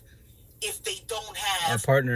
If they don't have a freaking like house, or they don't have a partner or kids, then they're not fulfilled. Like she said, we need to normalize that if you don't have any of that shit, you're still and good. she said that if you don't have any of that shit, that's okay. Right. Because you know what? I love to get down with the get down with younger men when I feel like it, when it's convenient to me. Right. And as opposed to older men or men my age. Okay. Because she's like, men my age or older men, they have like this structured traditional mindset. Yeah. Correct. Tradition. Yeah. Right. It's traditional ways. Right. Right. Like whatever, like domineering macho, whatever. She's like, I ain't got no time for that. She's like, younger men, like they are free. They know exactly what the fuck they want. They are here to make sure that I get what the fuck I want and need. And if, I, say, okay, we're going to do this for the get down with the get down for this hot minute, and then you could go. Okay. They are cool with that. Okay. And she said, and my life is fulfilled. I have family. I have friends. Yeah. I have money. Yeah. I travel. Okay. I do, I am a fulfilled person. Right. Like, as an individual. I don't need to be in a freaking relationship or married. Right. For that validation. It's crazy for me to think about that. Like, just like being like fully just grown and mature, and not caring about having like a partner. Well, that's because it's like been like portrayed that's as like because you're not there yet. But, right. You know what? I'm 51, honey. Okay. But cute, right? Hey, look. Now you're blessed, Queen, for sure. But black don't crack, honey. And my students keep me young too. Oh yeah. But whatever. And then stressed also. That's just better. So you're not at that point because you're not ready to be at that point. Right. And that's okay. Right. We should normalize that. Well, that's time is going fast. Well, it's okay to feel that way. Right. Time will go fast, but remember, there's other people like with time, it's man-made time. God-made time, there's such thing as time of God's universe, right? So just do your healing journey, reach out for help, have real support teams, and like number one says, I'm 18 at heart, I just turned 45, right? So what you might call the last 6 years of my life, respect and say this, the last 6 years of my life, right? Healing journey, mental health, all this conversation.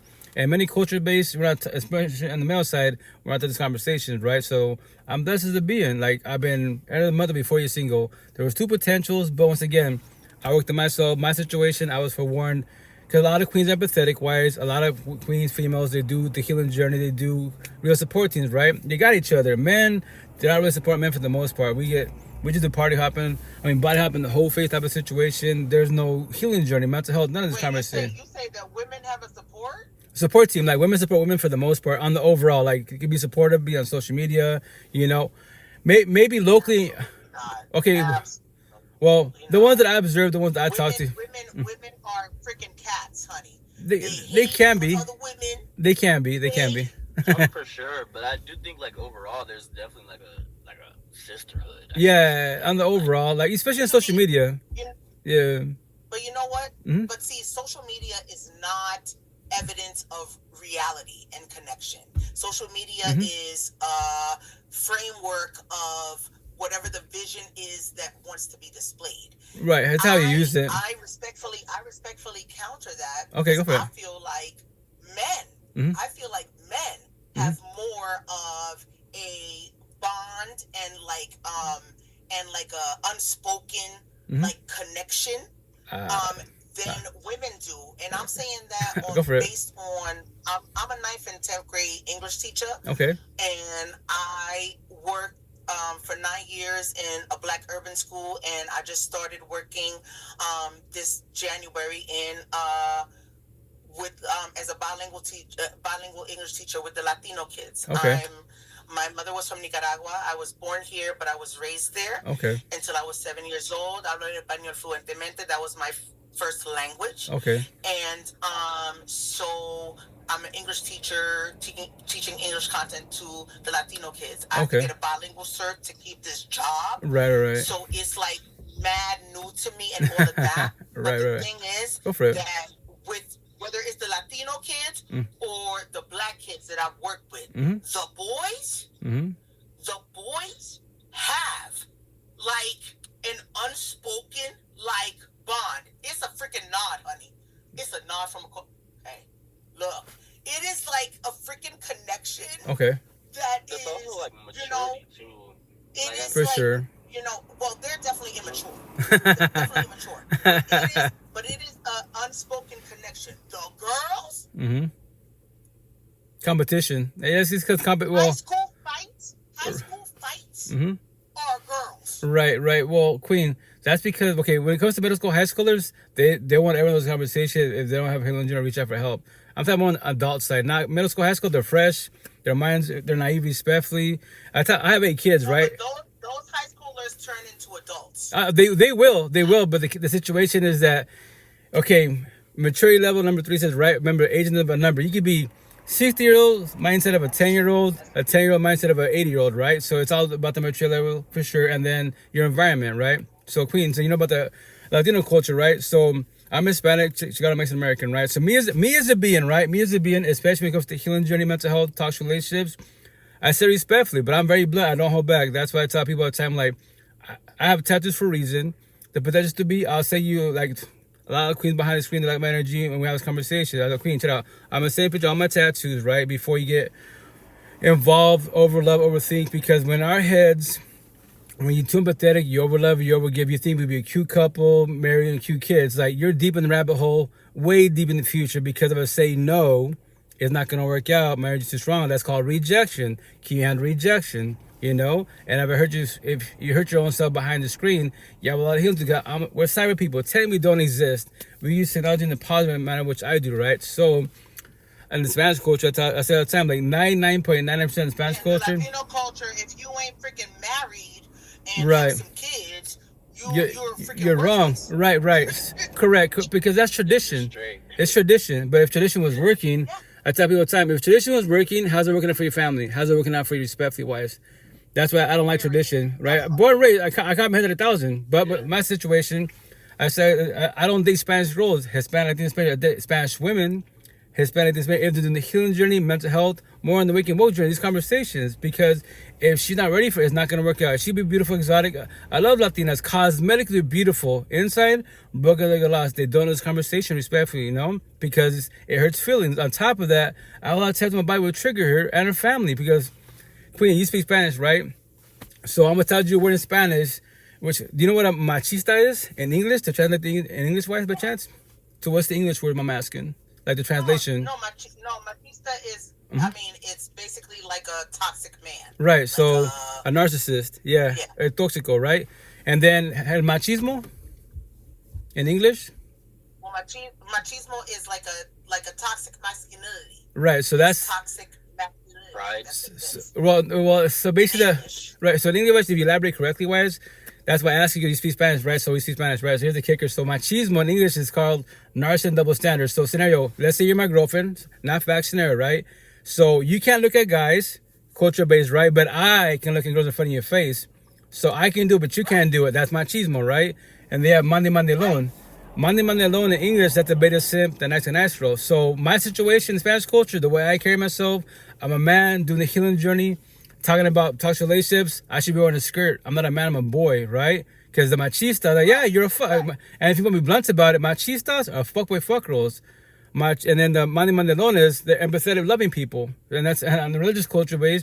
A lot of Hispanic and Spaniards were Catholic Christians, right? But I tell the queens all the time, just because he goes to church does not make him a good person. He can know scripture word for word, but he's still a fuck boy. And as your metaphor, you're a God disciple. But Latinos religion is like the base and what drives the culture. Oh, correct. Like, I know it does. Like what freaking drives the culture. But they're hypocrites. And like and with my family on my mother's side, God rest her soul, from Nicaragua. Condolences. I was raised there until I was 7 years old. When I came here, didn't know my mother was a housekeeper here. Okay. And she was housekeeping for several different families, and she couldn't take care of me, so she sent me to live with my grandmother, Petrona, in Nicaragua until she found one steady job. When she found one steady job, she brought me back. I was 7 years old, didn't know how to speak any English, but you know, when you're a kid, you absorb everything. Oh yeah, sponges. Like a sponge and all that. And right, all right. that, Yeah. And it never leaves you, right? Like, it's even if you don't speak it for 150 years, like, it never leaves you. Right, right. But my family, my mother was ultra Catholic. Right, traditional. Church Sunday. Correct. And the dynamics of my tias and what I see on my family, on my mother's side, like, the woman is, you know, she serves the husband every meal at the table, washes the dishes. He ain't got to do shit. Right. And they are traditional ways. And the husband is able to fuck 100.5 million women. Yep. And like, and and fuck the wife whenever he wants to. Correct. When he can't get to the 1.5 million women that he's fucking, but she could never do that. Yeah. And you know, but yet the father, this is the shit that, like, is a clincher for me. Go for it. Yet the father is the disciplinarian. Correct. Like, he's the motherfucker with children. Like, he's the motherfucker that's supposed to be like the disciplinarian with the children, but he never actually follows through and does that because he don't know his kids. He ain't around his kids, so the mother ends up doing that, and the kid ends up hating the mother. Right. Like, you know what I'm saying? Oh yeah, the talk kid ends up hating to households. the mother. Right. And my cousin, who's my cousin Question number 3. from my tia, who's the youngest, my tia Lucy, who's batshit crazy, cuckoo for Cocoa Puffs, like the freaking one that was like sheltered by my granny, and all that, like, spoiled as fuck, and like, she's like mentally cuckoo for Cocoa Puffs. Her daughter, she pressured her, or she made her daughter marry this motherfucking dude because he was African American, tall, light skinned, light eyes, and that he would make good pretty babies. Yeah, fish in the corny ways. Right. So they would make fish in the ways. Right. And she had 4 boys with this man.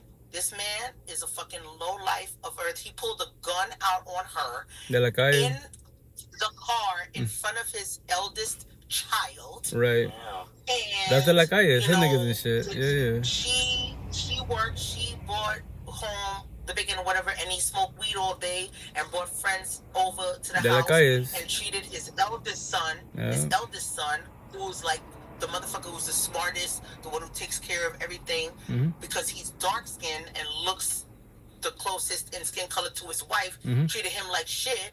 Racist, low key racist. That's why. That's right under him, that looks like him.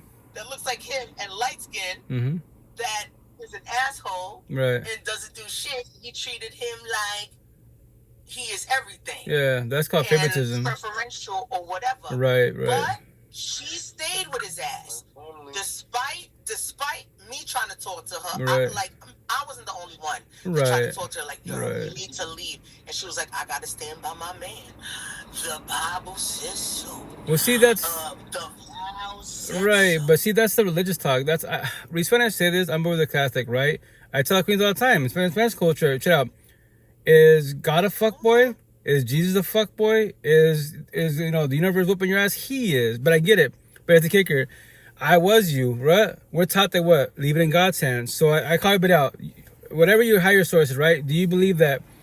Do you pray? Do you pray about hope manifest that one day? Yeah, I was you, but here's the kicker: that one day you're praying for, what will happen? Today, tomorrow, 20 years from now. Within scenario, 20 years from now, he changes his ways, stops being a fuckboy. He loves 1,000%. But in 0 to 20 years, what happened in between? That's the problem. Let's say he's got 20 baby moms now, and you deal with all that mess. But yes, now it's all energy on you. But how much energy did you lose? How many years did you lose in the both? Not just you, both of you. That's why breakups, divorces hurt really bad, because the victim mentality, the victim mindset, like I did. Mother of boys, 6 years ago, we gave each other 7 years. But I would say I gave her 7 years. Victim mentality. That's the healing journey. awakening journey, less energy on her, more energy on myself. We gave each other 7 years. Oh, now I'm doing accountability because my real support team, right? So I call everybody the fuck out. I'm going to tattoo it actually in 2 weeks from now. I have a bunch of tattoos on my back. Purposely-wise. It's a basic, big cross tattoo, right? To get all the religious people. Even if you're atheist, oh, he must be religious. Yes, I got your attention. There is no Bible scripture in between the cross yet. It mentions God, but it's going to say, religion is not God, though. Right, no, God is you. Not God. Correct. No, just traditional ways. Yeah. God is an entity. Correct. God is an entity that none of us know, see, or know about. Like the religion, the Bible, the Quran, all the religious texts are man-written. Okay. Like they are man-written, so they are not like written by God. Right. Well, They're once not again, written by God. They're written and interpreted by men. Right. So therefore, Go for it. they are guides or right. It's a map to They're life. not something that right. needs to be followed word for word. Well, that's why when motherfuckers try to come to me like, cause I'm gay, they're like, oh, man shall not lie down. Man, you going to hell. Right. It says that in the Bible. First, second, third of all, that was in the Old Testament of the Bible, which also said if I wear jeans and eat shellfish, or all of us, then we going to hell. Correct. Gay folks are still alive and thriving. So, G.O.D., we're here. Right. I don't think there's anything in the Bible that says, and if you study, like, I'm not a big studier of the Bible, you good. When people started saying that shit, like, I dived in. That shit, when that line, man shall not lie down with man, was the context of it was talking about men laying down with little boys. Pedophilia. Right. That is the context in which it was written. Right. It wasn't written with like one consensual adult person having sex with another consensual adult person. Like, it wasn't written in that context. Right. Like, well, gay folks have been since the beginning of time. No, for sure, most definitely. Me as a being, like, I have a daughter, she's a lesbian. I don't care. Gay and lesbian don't matter to me at all. That, to each their own, as long as you show respect. And, whatever you believe, that's your belief. But as long as we show respect, we match energy best as possible, because you have your belief, vice versa. It's the respect. And now if it's toxic love, you try to take up energy, that's when you have problems. Like, no, like, check out. See that door right there? To remind you for both of us, I can walk away, you can walk away. What? We're adults, quote unquote. So if this conversation happened, I'll just walk away. Now I'm rejecting you. Will that bother you? Will trigger you? If that hurts your feelings, you have a lot of healing to do, respectfully, because I tell everybody, especially for adults, no, you don't gotta stay. No one's gotta stay. And that's why I emphasize the shit out of rejection, because people talk about it, all these influencers and bullshit, therapists, counselors, but here's the kicker. You as one being, can you handle it? Because the whole universe will reject you, but the worst rejection is the potential by your side. And they're like, it could be potential. Now, boyfriend, girlfriend, lovey-dovey, all of a sudden, they ghost, they block. What? Your universe ends. That you have a lot of healing to do, respectfully wise. That's why when it comes to like that part. I mean, but the universe is infinity. Like, the universe can never end. Well, we're part of it, right? But don't go deep in the rabbit hole. Like, me as a being, like, I comprehend that 1,000. A lot of people start going deep and they'll spend hours. I'm like, okay, that is your energy.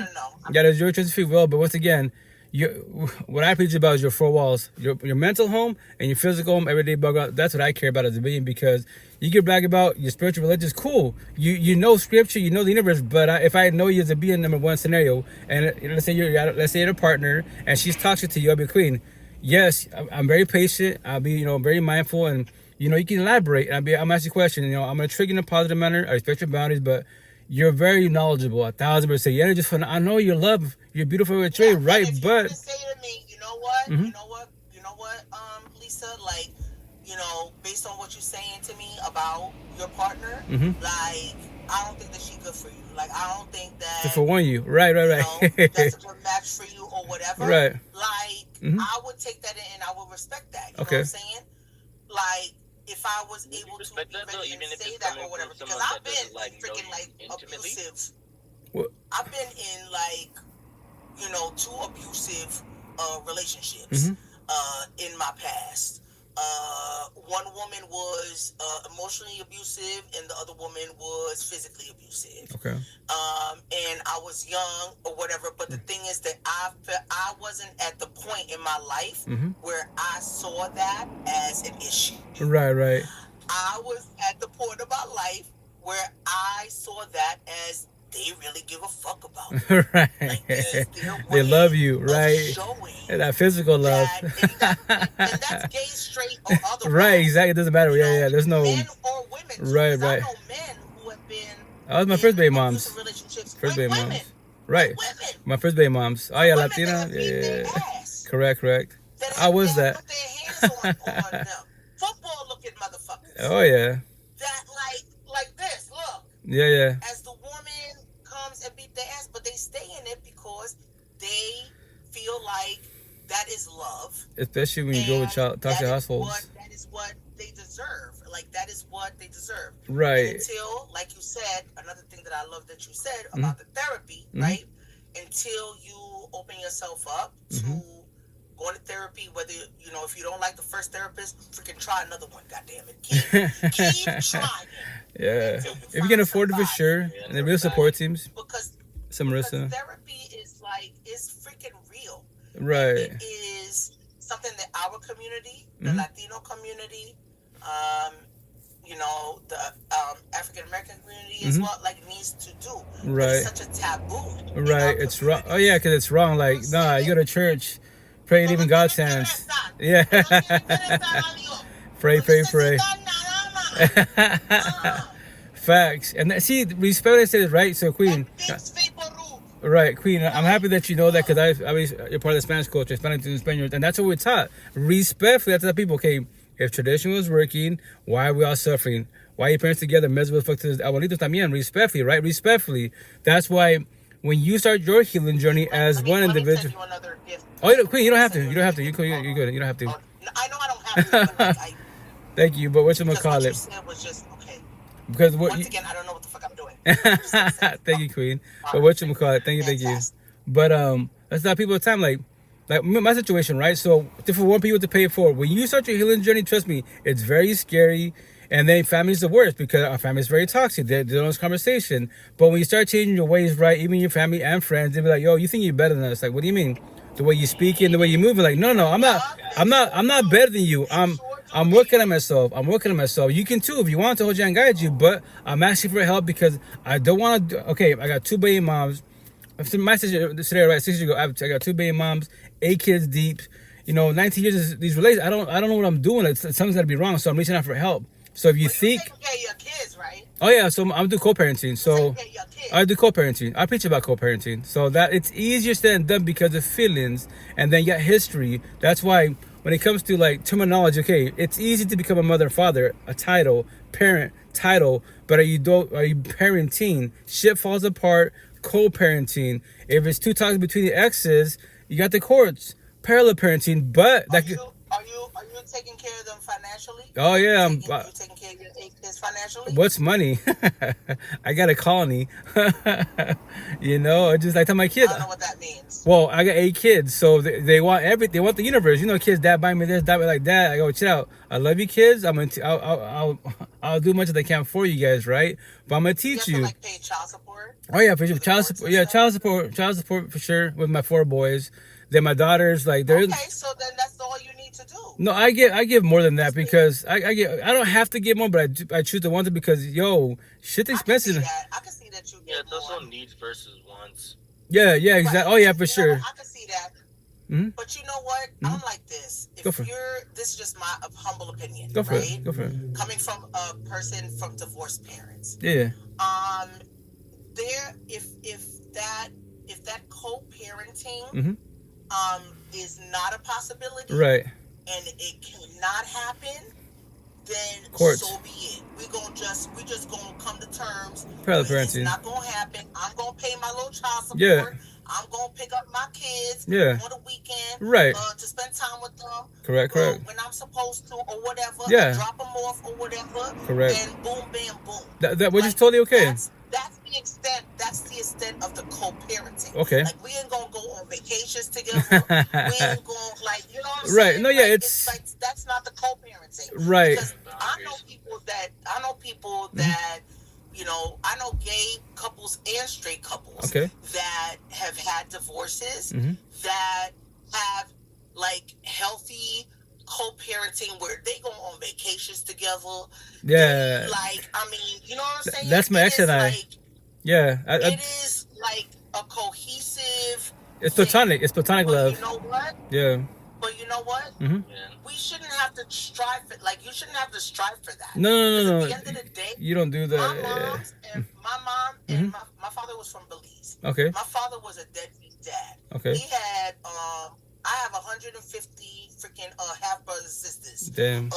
Body hopping. You know, and he spent 1/10 of an iota with me. And so, like, he was a deadbeat dad. Right. My mother never talked shit about him, but whenever I was with him, he talked shit about my mother. Right, because he's miserable. At the end of the day, it don't matter what age you are. You know who takes care of your ass. Right. Oh, yeah, facts. Right. And oh, yeah. Co-parenting with both of them would never work. Well, but you know why? But you know why, Queen? And I'm grateful that they got divorced. Right, but you know why? Because of feelings and history. So that's what that people, which I'm going to title back probably either this session or not next one for sure, going to say, to pay it forward, to keep yourself black and white, to get your attention. You have to comprehend, right?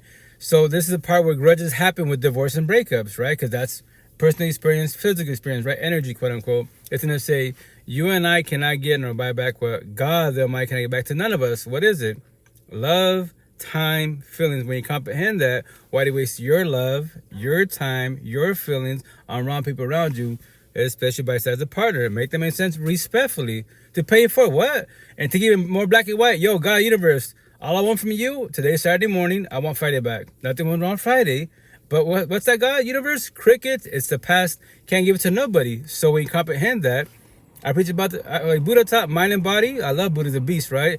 I preach about deeper a little bit because I emphasize more the person by your side. Relationships can make you, break you, and they can definitely destroy you. If you allow them to destroy you, they shall. Because that's your feelings, your trauma, not mine. I was you. That's why I preach about the person by your side.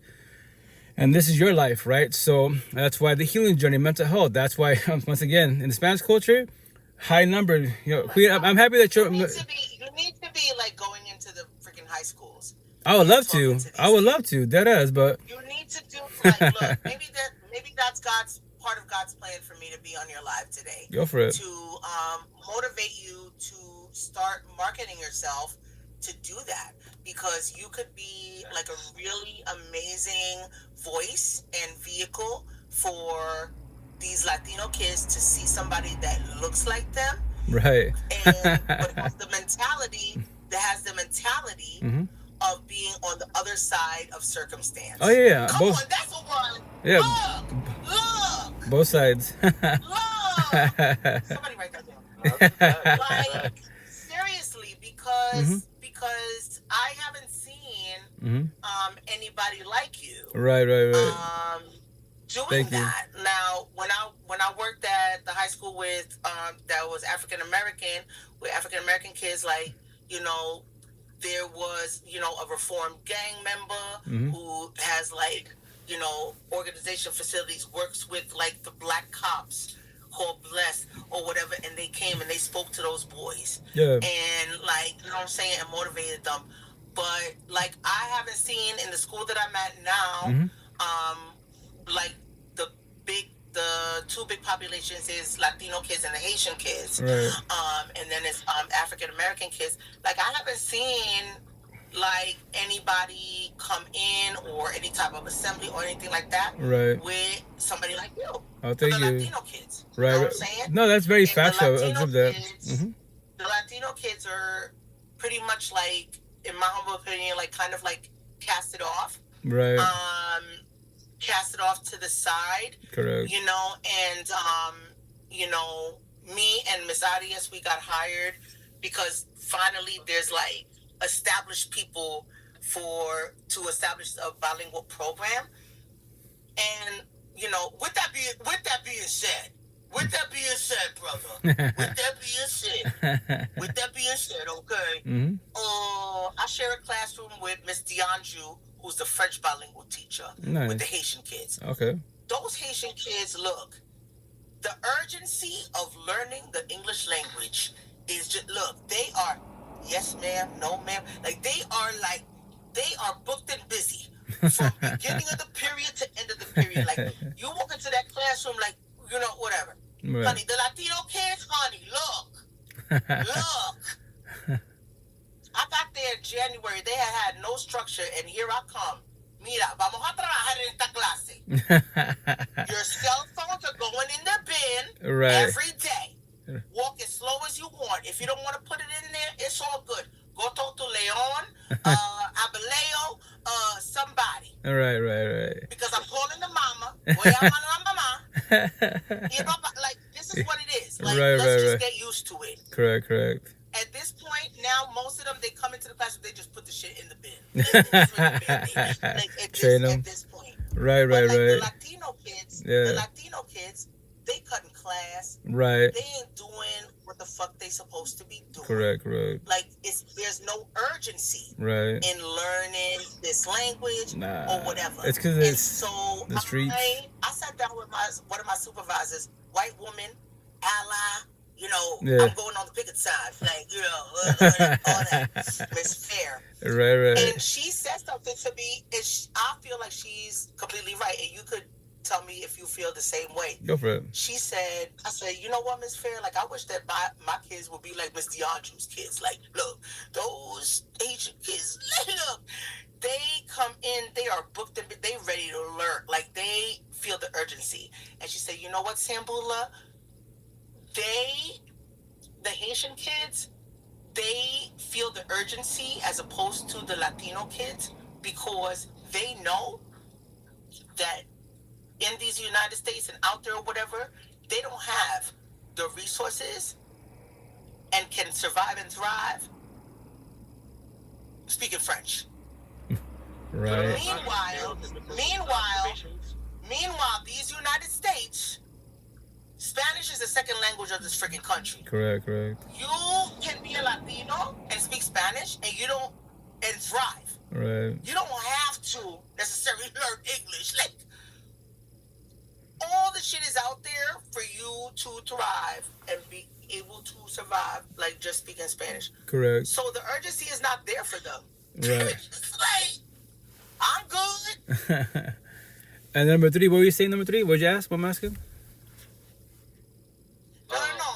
I'm just saying that was the... No. Yeah, number 1. Lisa, you're good, Queen. You're good. But number 3, what'd you say? What'd you ask? What I'm asking? Oh, I'm sorry. I thought you said number 3 to be... It was something that she said I was responding to, but I forgot what I was saying. Oh, go ahead, go. No. Come on, you're going to remember. Come on. Number 3, first of all. Second of all, that picture is giving. Thank you. Yeah. Well, once again, like, I'm happy for this conversation. Thanks for both of you, being on this panel. And that's why I go live. The cool thing about me as a being, like, I'm a geek techie, right? So I preach about technology in a positive manner. Sub tattoo. You use something correctly. Resources, mental health. I promise you 1,000.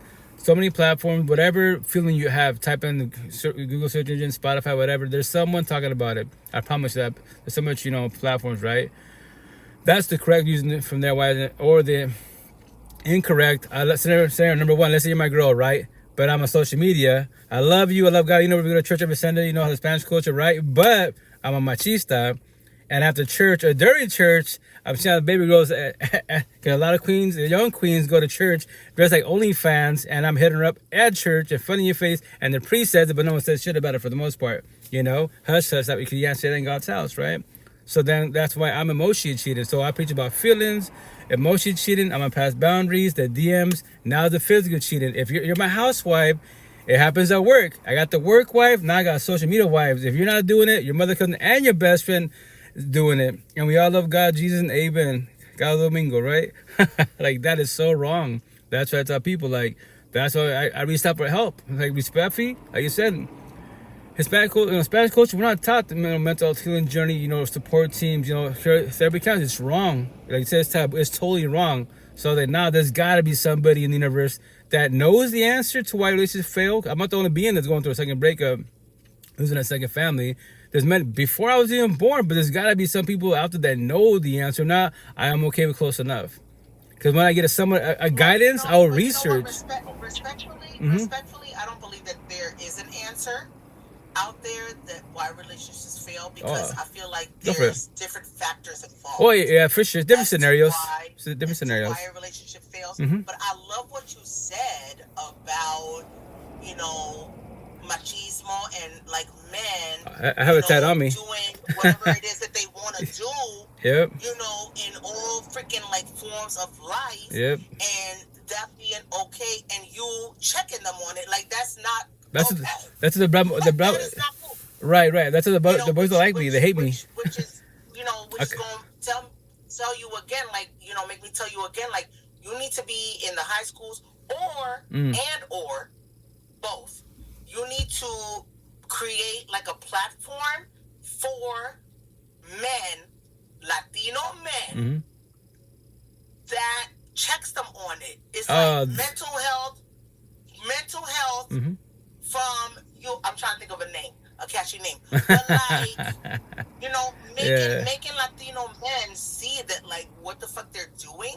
Like, you understand what they're doing and why they're doing it. Correct. But you know what? It's wrong. Right. And here is why it's wrong. Correct. And this is why.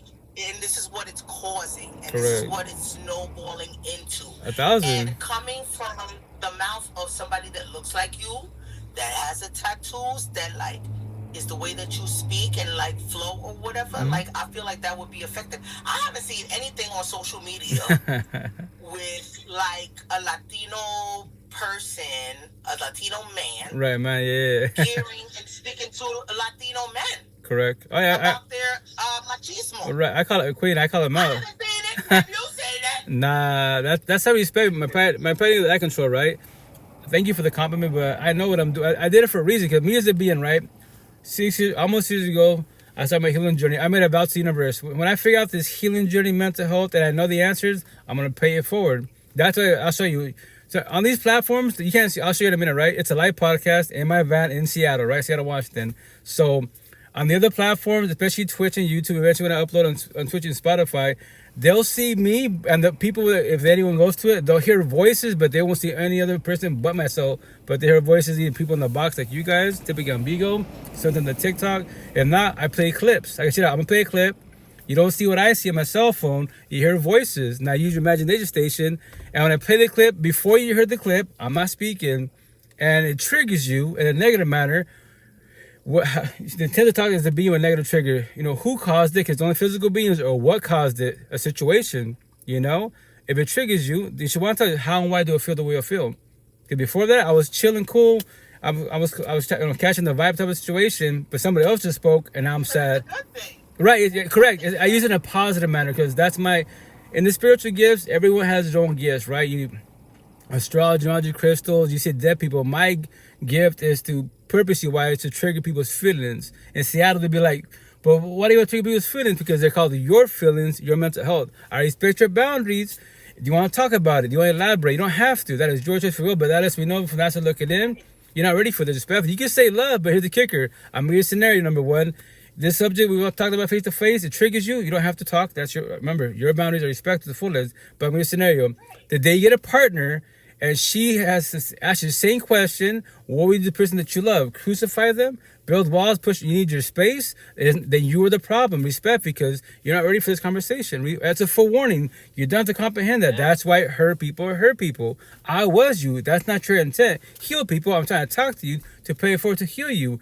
But you can become healed when you let go. But remember this is all Japanese to you. You don't have to comprehend. Every conversation, physically or you hear a reel, everybody, it's an algebra, we all plant seeds. Everybody plants seeds. Now, what will you do with that seed? Yeah, but the thing is, Coach, if you cause a trigger in them, is because you're doing exactly what you are meant to be doing. Right. Like, you cause a trigger in them because you're a person. You're doing good then. Them freaking like reflect. Right. They That's the intent. And made them feel uncomfortable like I'm doing some shit wrong. I don't know how to feel about it. Right. I don't know how to feel about it. I don't like it. Oh, facts. Yeah. Oh, chill out. So you know real. what I'm saying?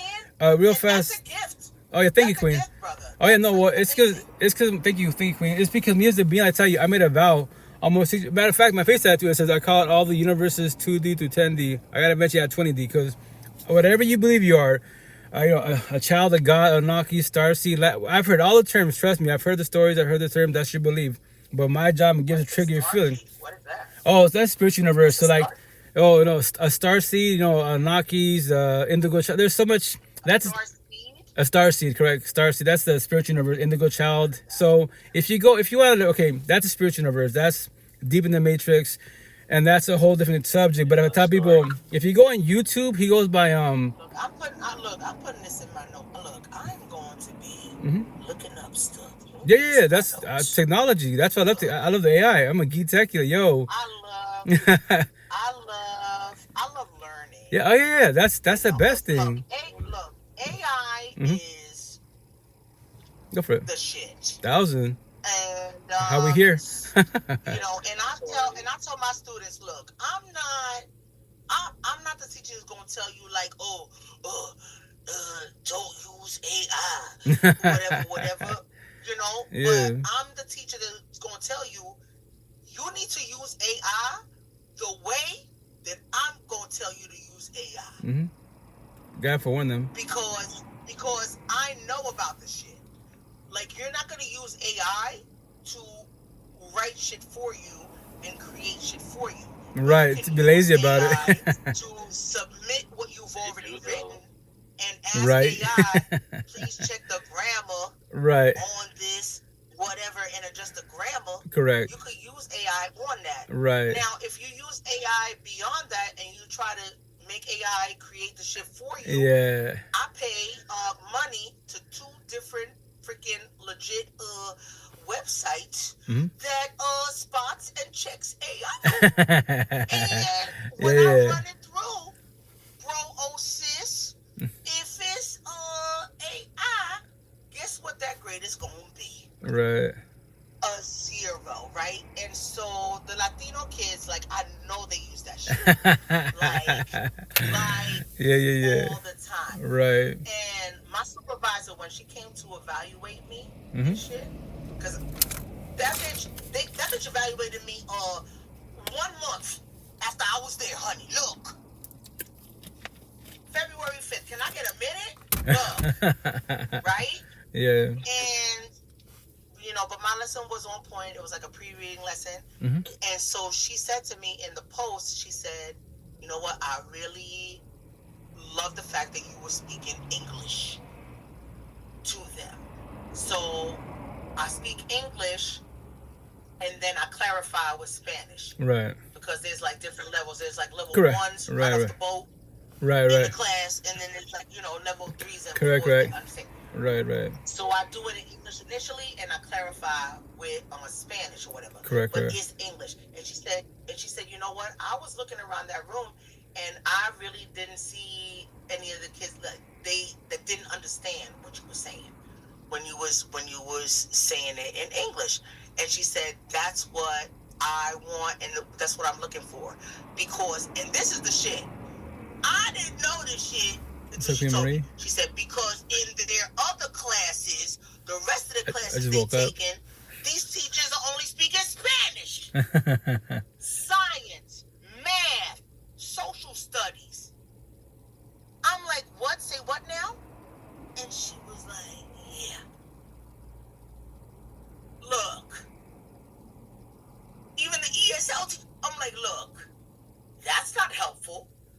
Because these motherfucking state tests are in English, and they need to learn. Like, you know what I'm saying? Yeah. So now this shit is all on me. Like, look, it's like, look, and so she's like, and I love the fact that you was doing English or whatever. And I'm like, wow, I didn't realize that they wasn't getting English anywhere else in the rest of their classes.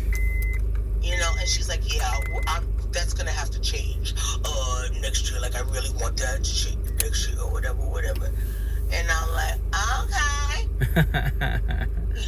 Yeah. And the motherfuckers that are level 3s and 4s that can speak English, that can even write write some sentences in English, they don't do that. They lean back and do Spanish because they belong in general ed. You know what I'm saying? They belong in general ed with the other kids, but they lean back on the Spanish because that's their community. Like they don't wanna. They ain't trying to leave bilingual. Even though they belong somewhere else. And I'm at. I live in Arizona, and like I've been rejected from like jobs because I don't speak Spanish. So it's like, oh yeah, that's wild. Second language of this country. Yeah, Second language of this country. It kind of that's obviously wrong, you know, and I get it. Let's say scenario that community, that area is more Hispanic Latinos. It's because the language barrier. Because if not, hey, you know, no translation, they could lose sales, they could lose business because obviously that's the majority of the culture. I get that to a certain extent, but it kind of sucks. Like, you know, it's kind of required, quote unquote. That's why the intent when you apply a job is to read like the prefaces with, you know, the referrals, whatever, and read all the fine details. It'll be like, hey, you know, must know Spanish. Okay, don't apply it because if they reject you, scenario, you didn't read it. There's jobs that say must know Spanish. Oh yeah, here in Seattle, they say that. They forewarn you. That is, they'll say on there. Yeah, so that's why, it's because. What kind of jobs? Oh, it's like especially like anything that you're interacting with customers. Correct. Like certain areas like Texas or Arizona or California. Like retail? The big one. Yeah. Just retail, in general. Customer service. Right. Kind of like interaction with the public. Yeah. Literally, it said must know Spanish. Yeah. Required Spanish. Yeah. Well, look, that reiterates what the fuck I said. Like Spanish is the second language of this country. That's why these motherfuckers, my bilingual students, they're not. There's no urgency for them to freaking learn English, like, cause they know that they can rock. They know. No, it's true, but it's also like, I mean, like part of me, like I do get it. Like, there's, especially when it comes to the way this country was formed. I mean, like California, Arizona, and New Mexico, like these are all territories that were originally Mexico, right. Territory, part of Mexico, right. Native American first. Oh yeah. It's a whole different lifestyle, but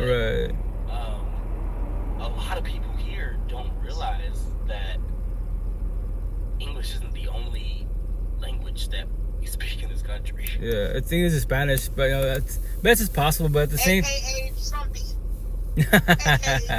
life be life for sure. That's why I go life for you guys once again. Like that's why to pay it forward, and you know. Are any of you guys Trump supporters? Before I could. Me as a being respect and say this and sound crazy and say this, like I don't care about anything man-made because politics can't talk to me. But number one, number three, you can talk to me. I care about physical beings. After that, respectfully, like, which it might sound kind of wrong, I don't care about nothing man-made at all. Respectfully, I don't. I used to when I was a blue pillar, just an entertainer. I used to debate about politics, man, black, Hispanic, Latinos. So you didn't vote? I voted one time in my life back in '99, a long time ago. First and last time. So I don't care. I care about, now that I worked the mental healing journey, I care about physical beings and your mental health because I want to learn about you. Like you can brag about school, universe, whatever, but if you're sad and depressed, queen, number three, why are you sad and depressed? What? I'm happy you have all this mammy riches, but you as a being, that's the problem. I respect your boundaries. You don't have to elaborate. No, but I mean, that's separate from politics. Go for it. Not even politics, but thinking about the country that you live in, and the resources that sustain you, right? And you know, voting for people that are going to be able to sustain your life and think about you as a human being or whatever. Like, a lot of people tax them good. And I had an interesting conversation with a friend of mine the other day where she was like, so if you were to meet like a woman, right, and she started dating a woman and like she checked off all the boxes, like, you know, I'm a Scorpio, so like sex is my thing, it's my domain. So like she was amazing in bed. She was, you know, she's empathetic. She person that is, you know, not religious. I wouldn't say I'm religious, but I'm definitely spiritual. But I do belong to an online church community, Elevation Church. Okay. Pastor Stephen Furtick. Look him up. Little white dude, short white dude with a goatee and a mustache, and does the sermons in jeans and a t-shirt, and interprets the Bible to make it real, right, more comprehensible. Your life, right. What the fuck is going on with you? Right. And does not judge. Okay. And like, look, and I called the motherfucking church before I started giving tithes, and I'm like, how do you feel about gay people? And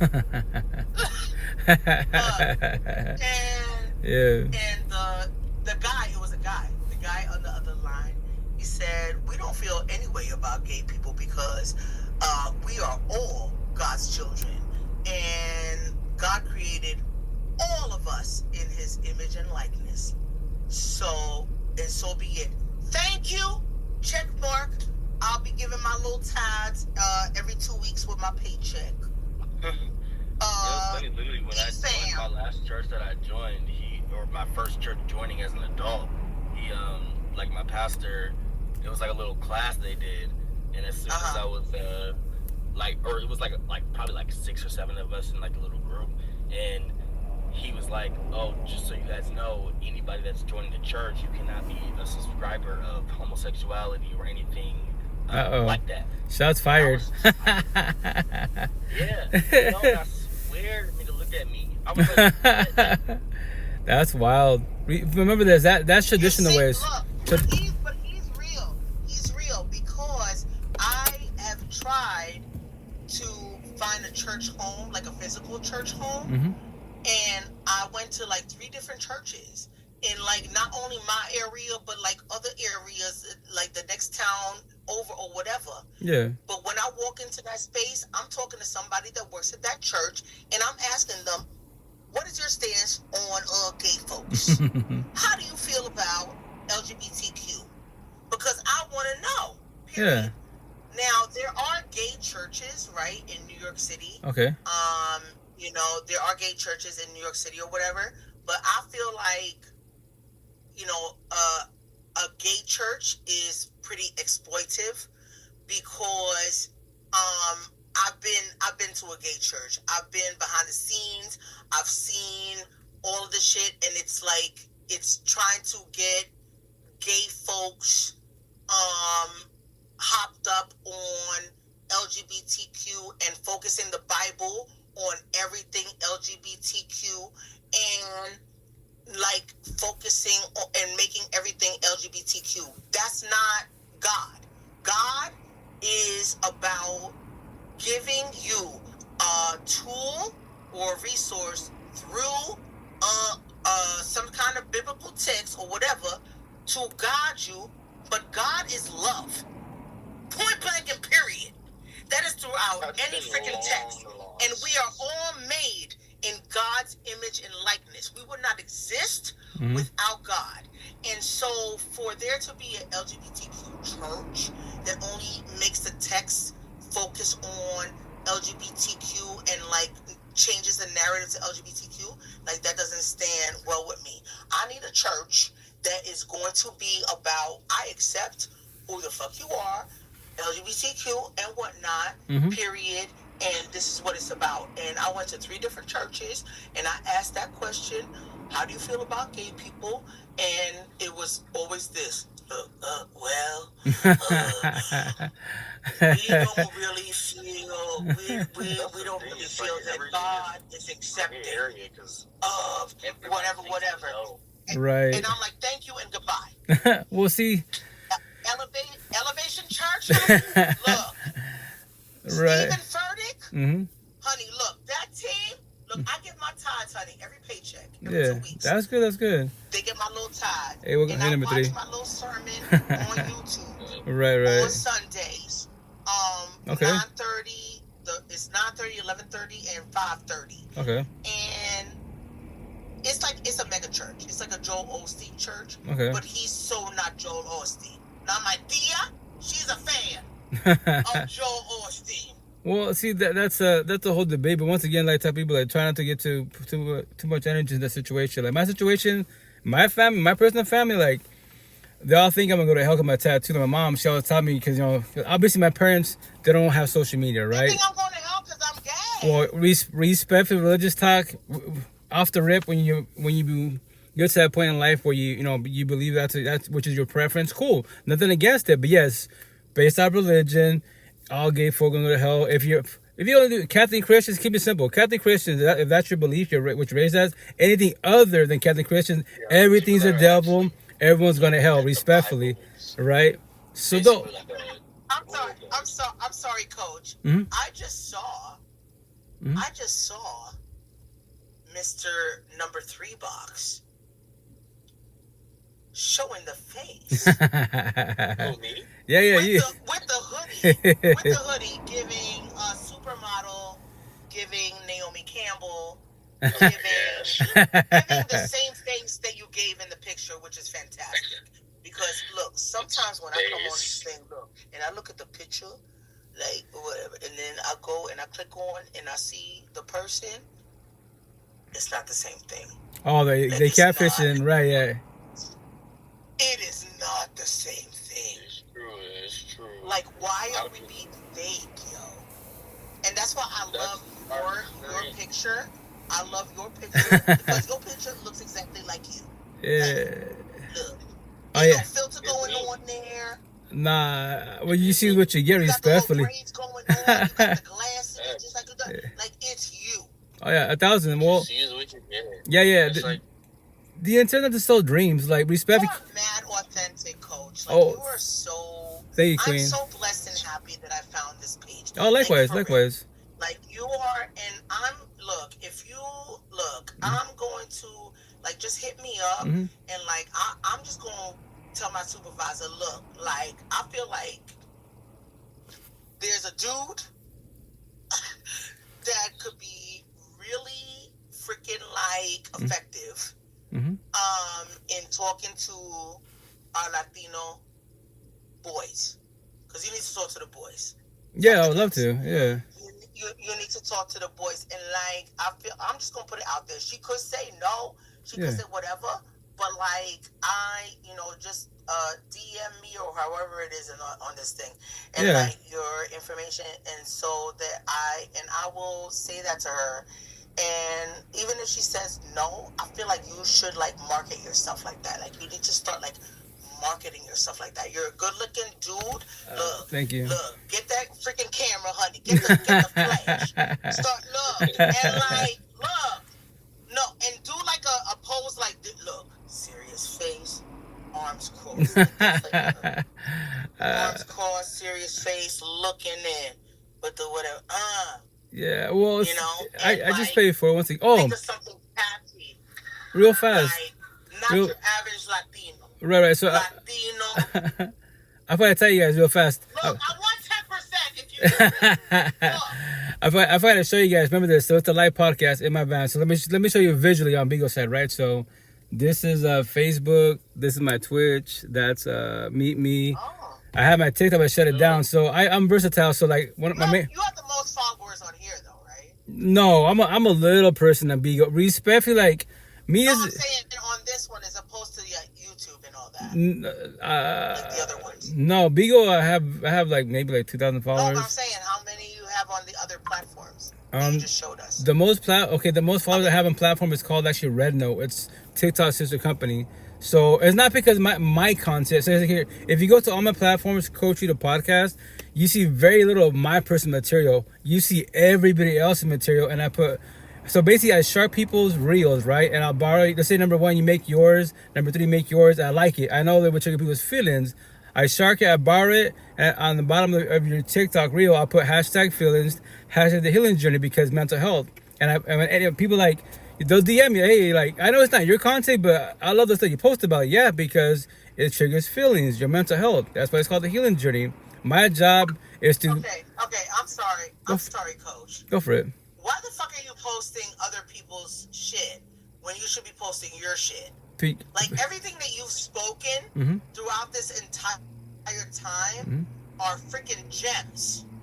Gems in the goddamn honey. Look. True.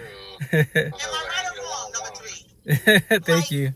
Everybody should be exposed to and hear everything that you have said throughout this entire time.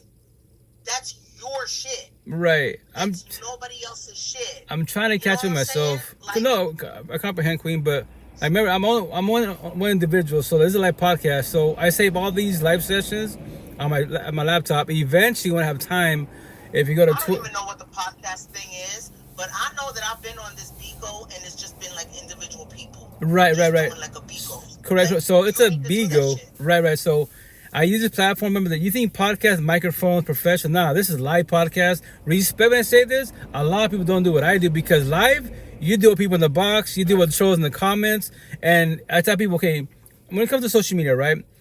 Okay, it's pros and cons. If it's too much for you, technology is your cell phone, no social media. Use Google, AI, etc., but no social media, right? That's so you're not ready. No. I'm ready. I'm ready. I love to bully. So the positive version, If you're ready, just do it. I've been doing it. That's what I'm saying. Any scenario. You need to be on TikTok Live. I was. Do a TikTok Live. I was. TikTok is a bigger platform than this. Well, okay, it is.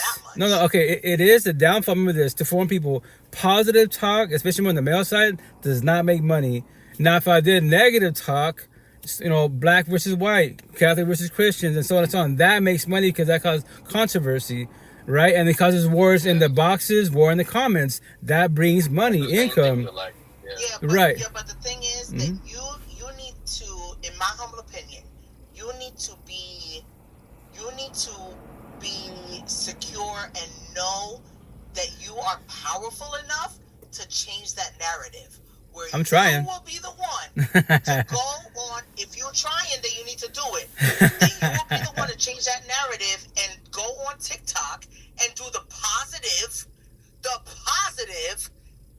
freaking talk to Latino men as a tattooed reform motherfucker and do that talk that doesn't exist there.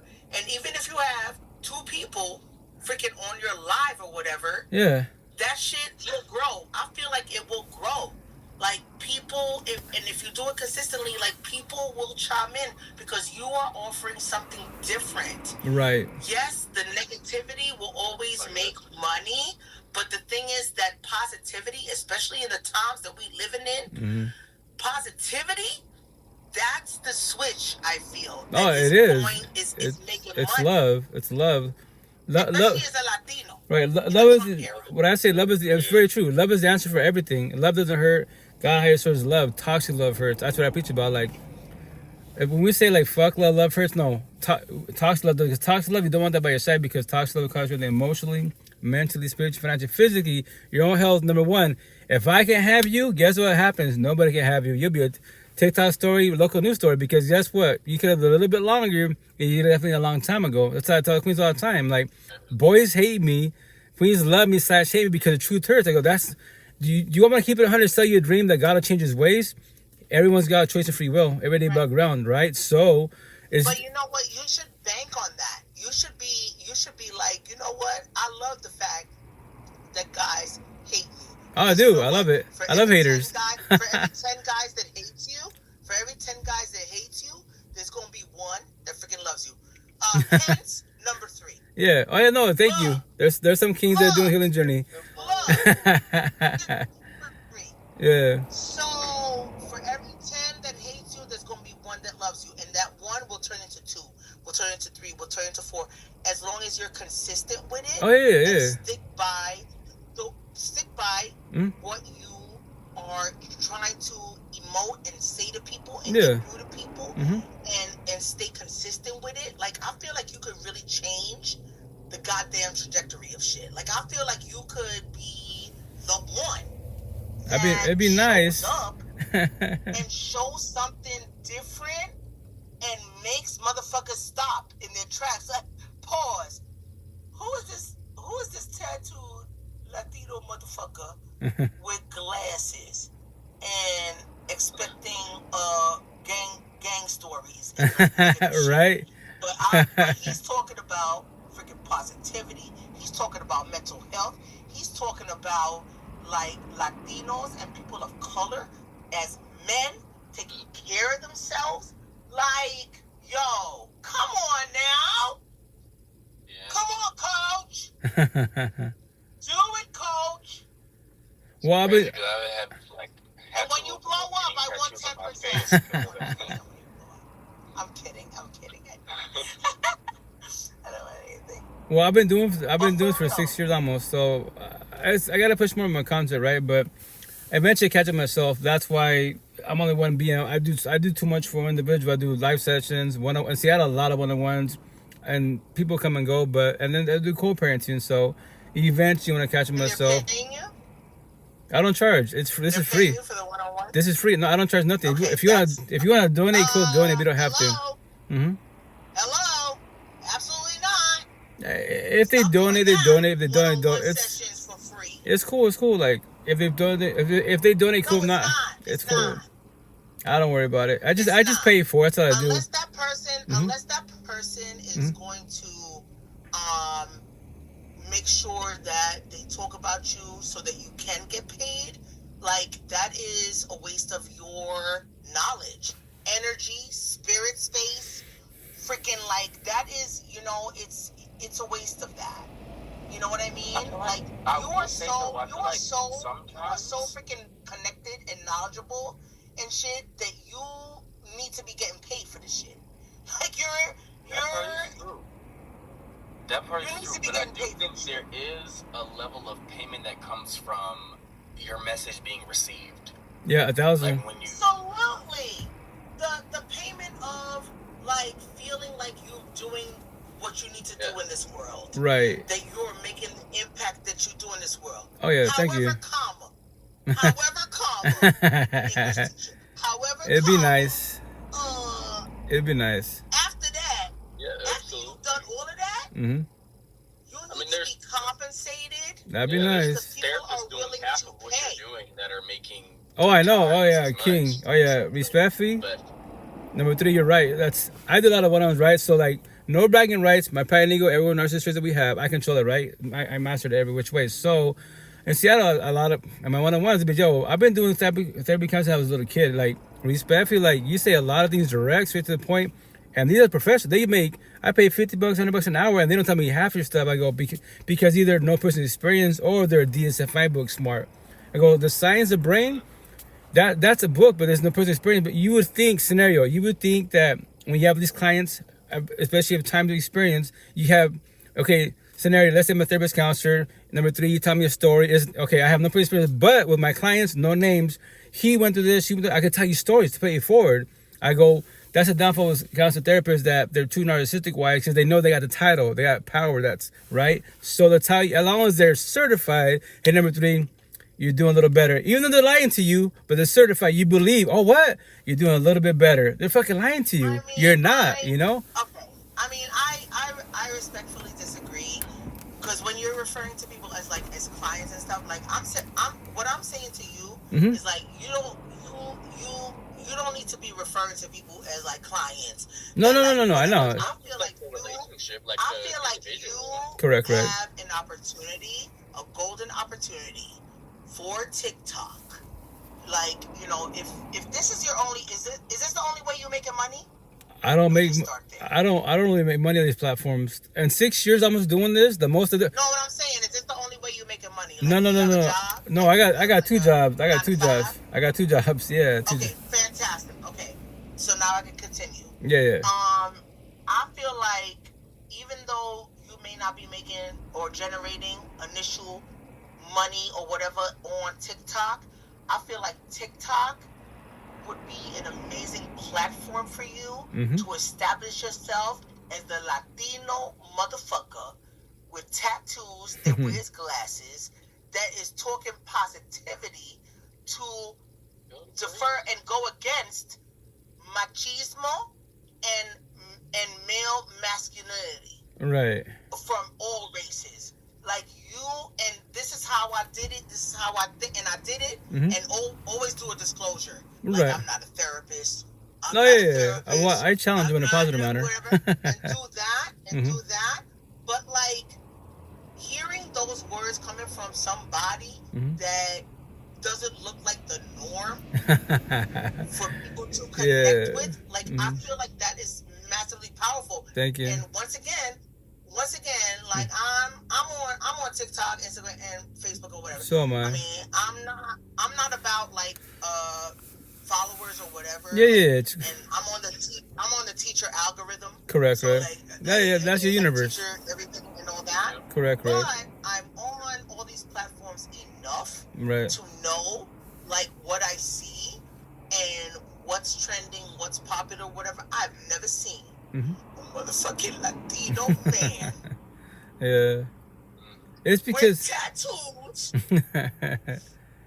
well, token positivity and how to change the narrative of and trajectory of negativity and toxic masculinity as Latino man or man of color or whatever into something positive, and that you don't need to be like this. And look at me, here I go. Like, I just pay it forward. Does not exist. Right. Which is you could do that shit potentially. You know. Like, you could, so I'm on TikTok, right? So I have 2 TikTok accounts. To inform people, if you're doing social media, do not be codependent of one platform. Scenario number 1, let's say you're viral. A lot of people are codependent. No, but the TikTok you got is not focused on what I'm saying. No, well, the TikToks you got go for is it. not focused on what I'm saying. Well, I just pay for it. I just go live. Once again, I post people's stuff. But my first main account that has maybe 7,500 followers in 6 years. But your main account you're not doing what you're doing here and saying here in your main account. You need to create an account. Go for it. With your face, because you're a good looking dude. Thank you, Wayne. With your face, I would suggest using that same picture you got on here. And something like, or maybe take another picture to show all your tattoos. So here's your tattoos or whatever. And, create a catchy name like Latino Reformed for Good or some shit. Or like Machismo Reversed or some shit. I don't know. But like something that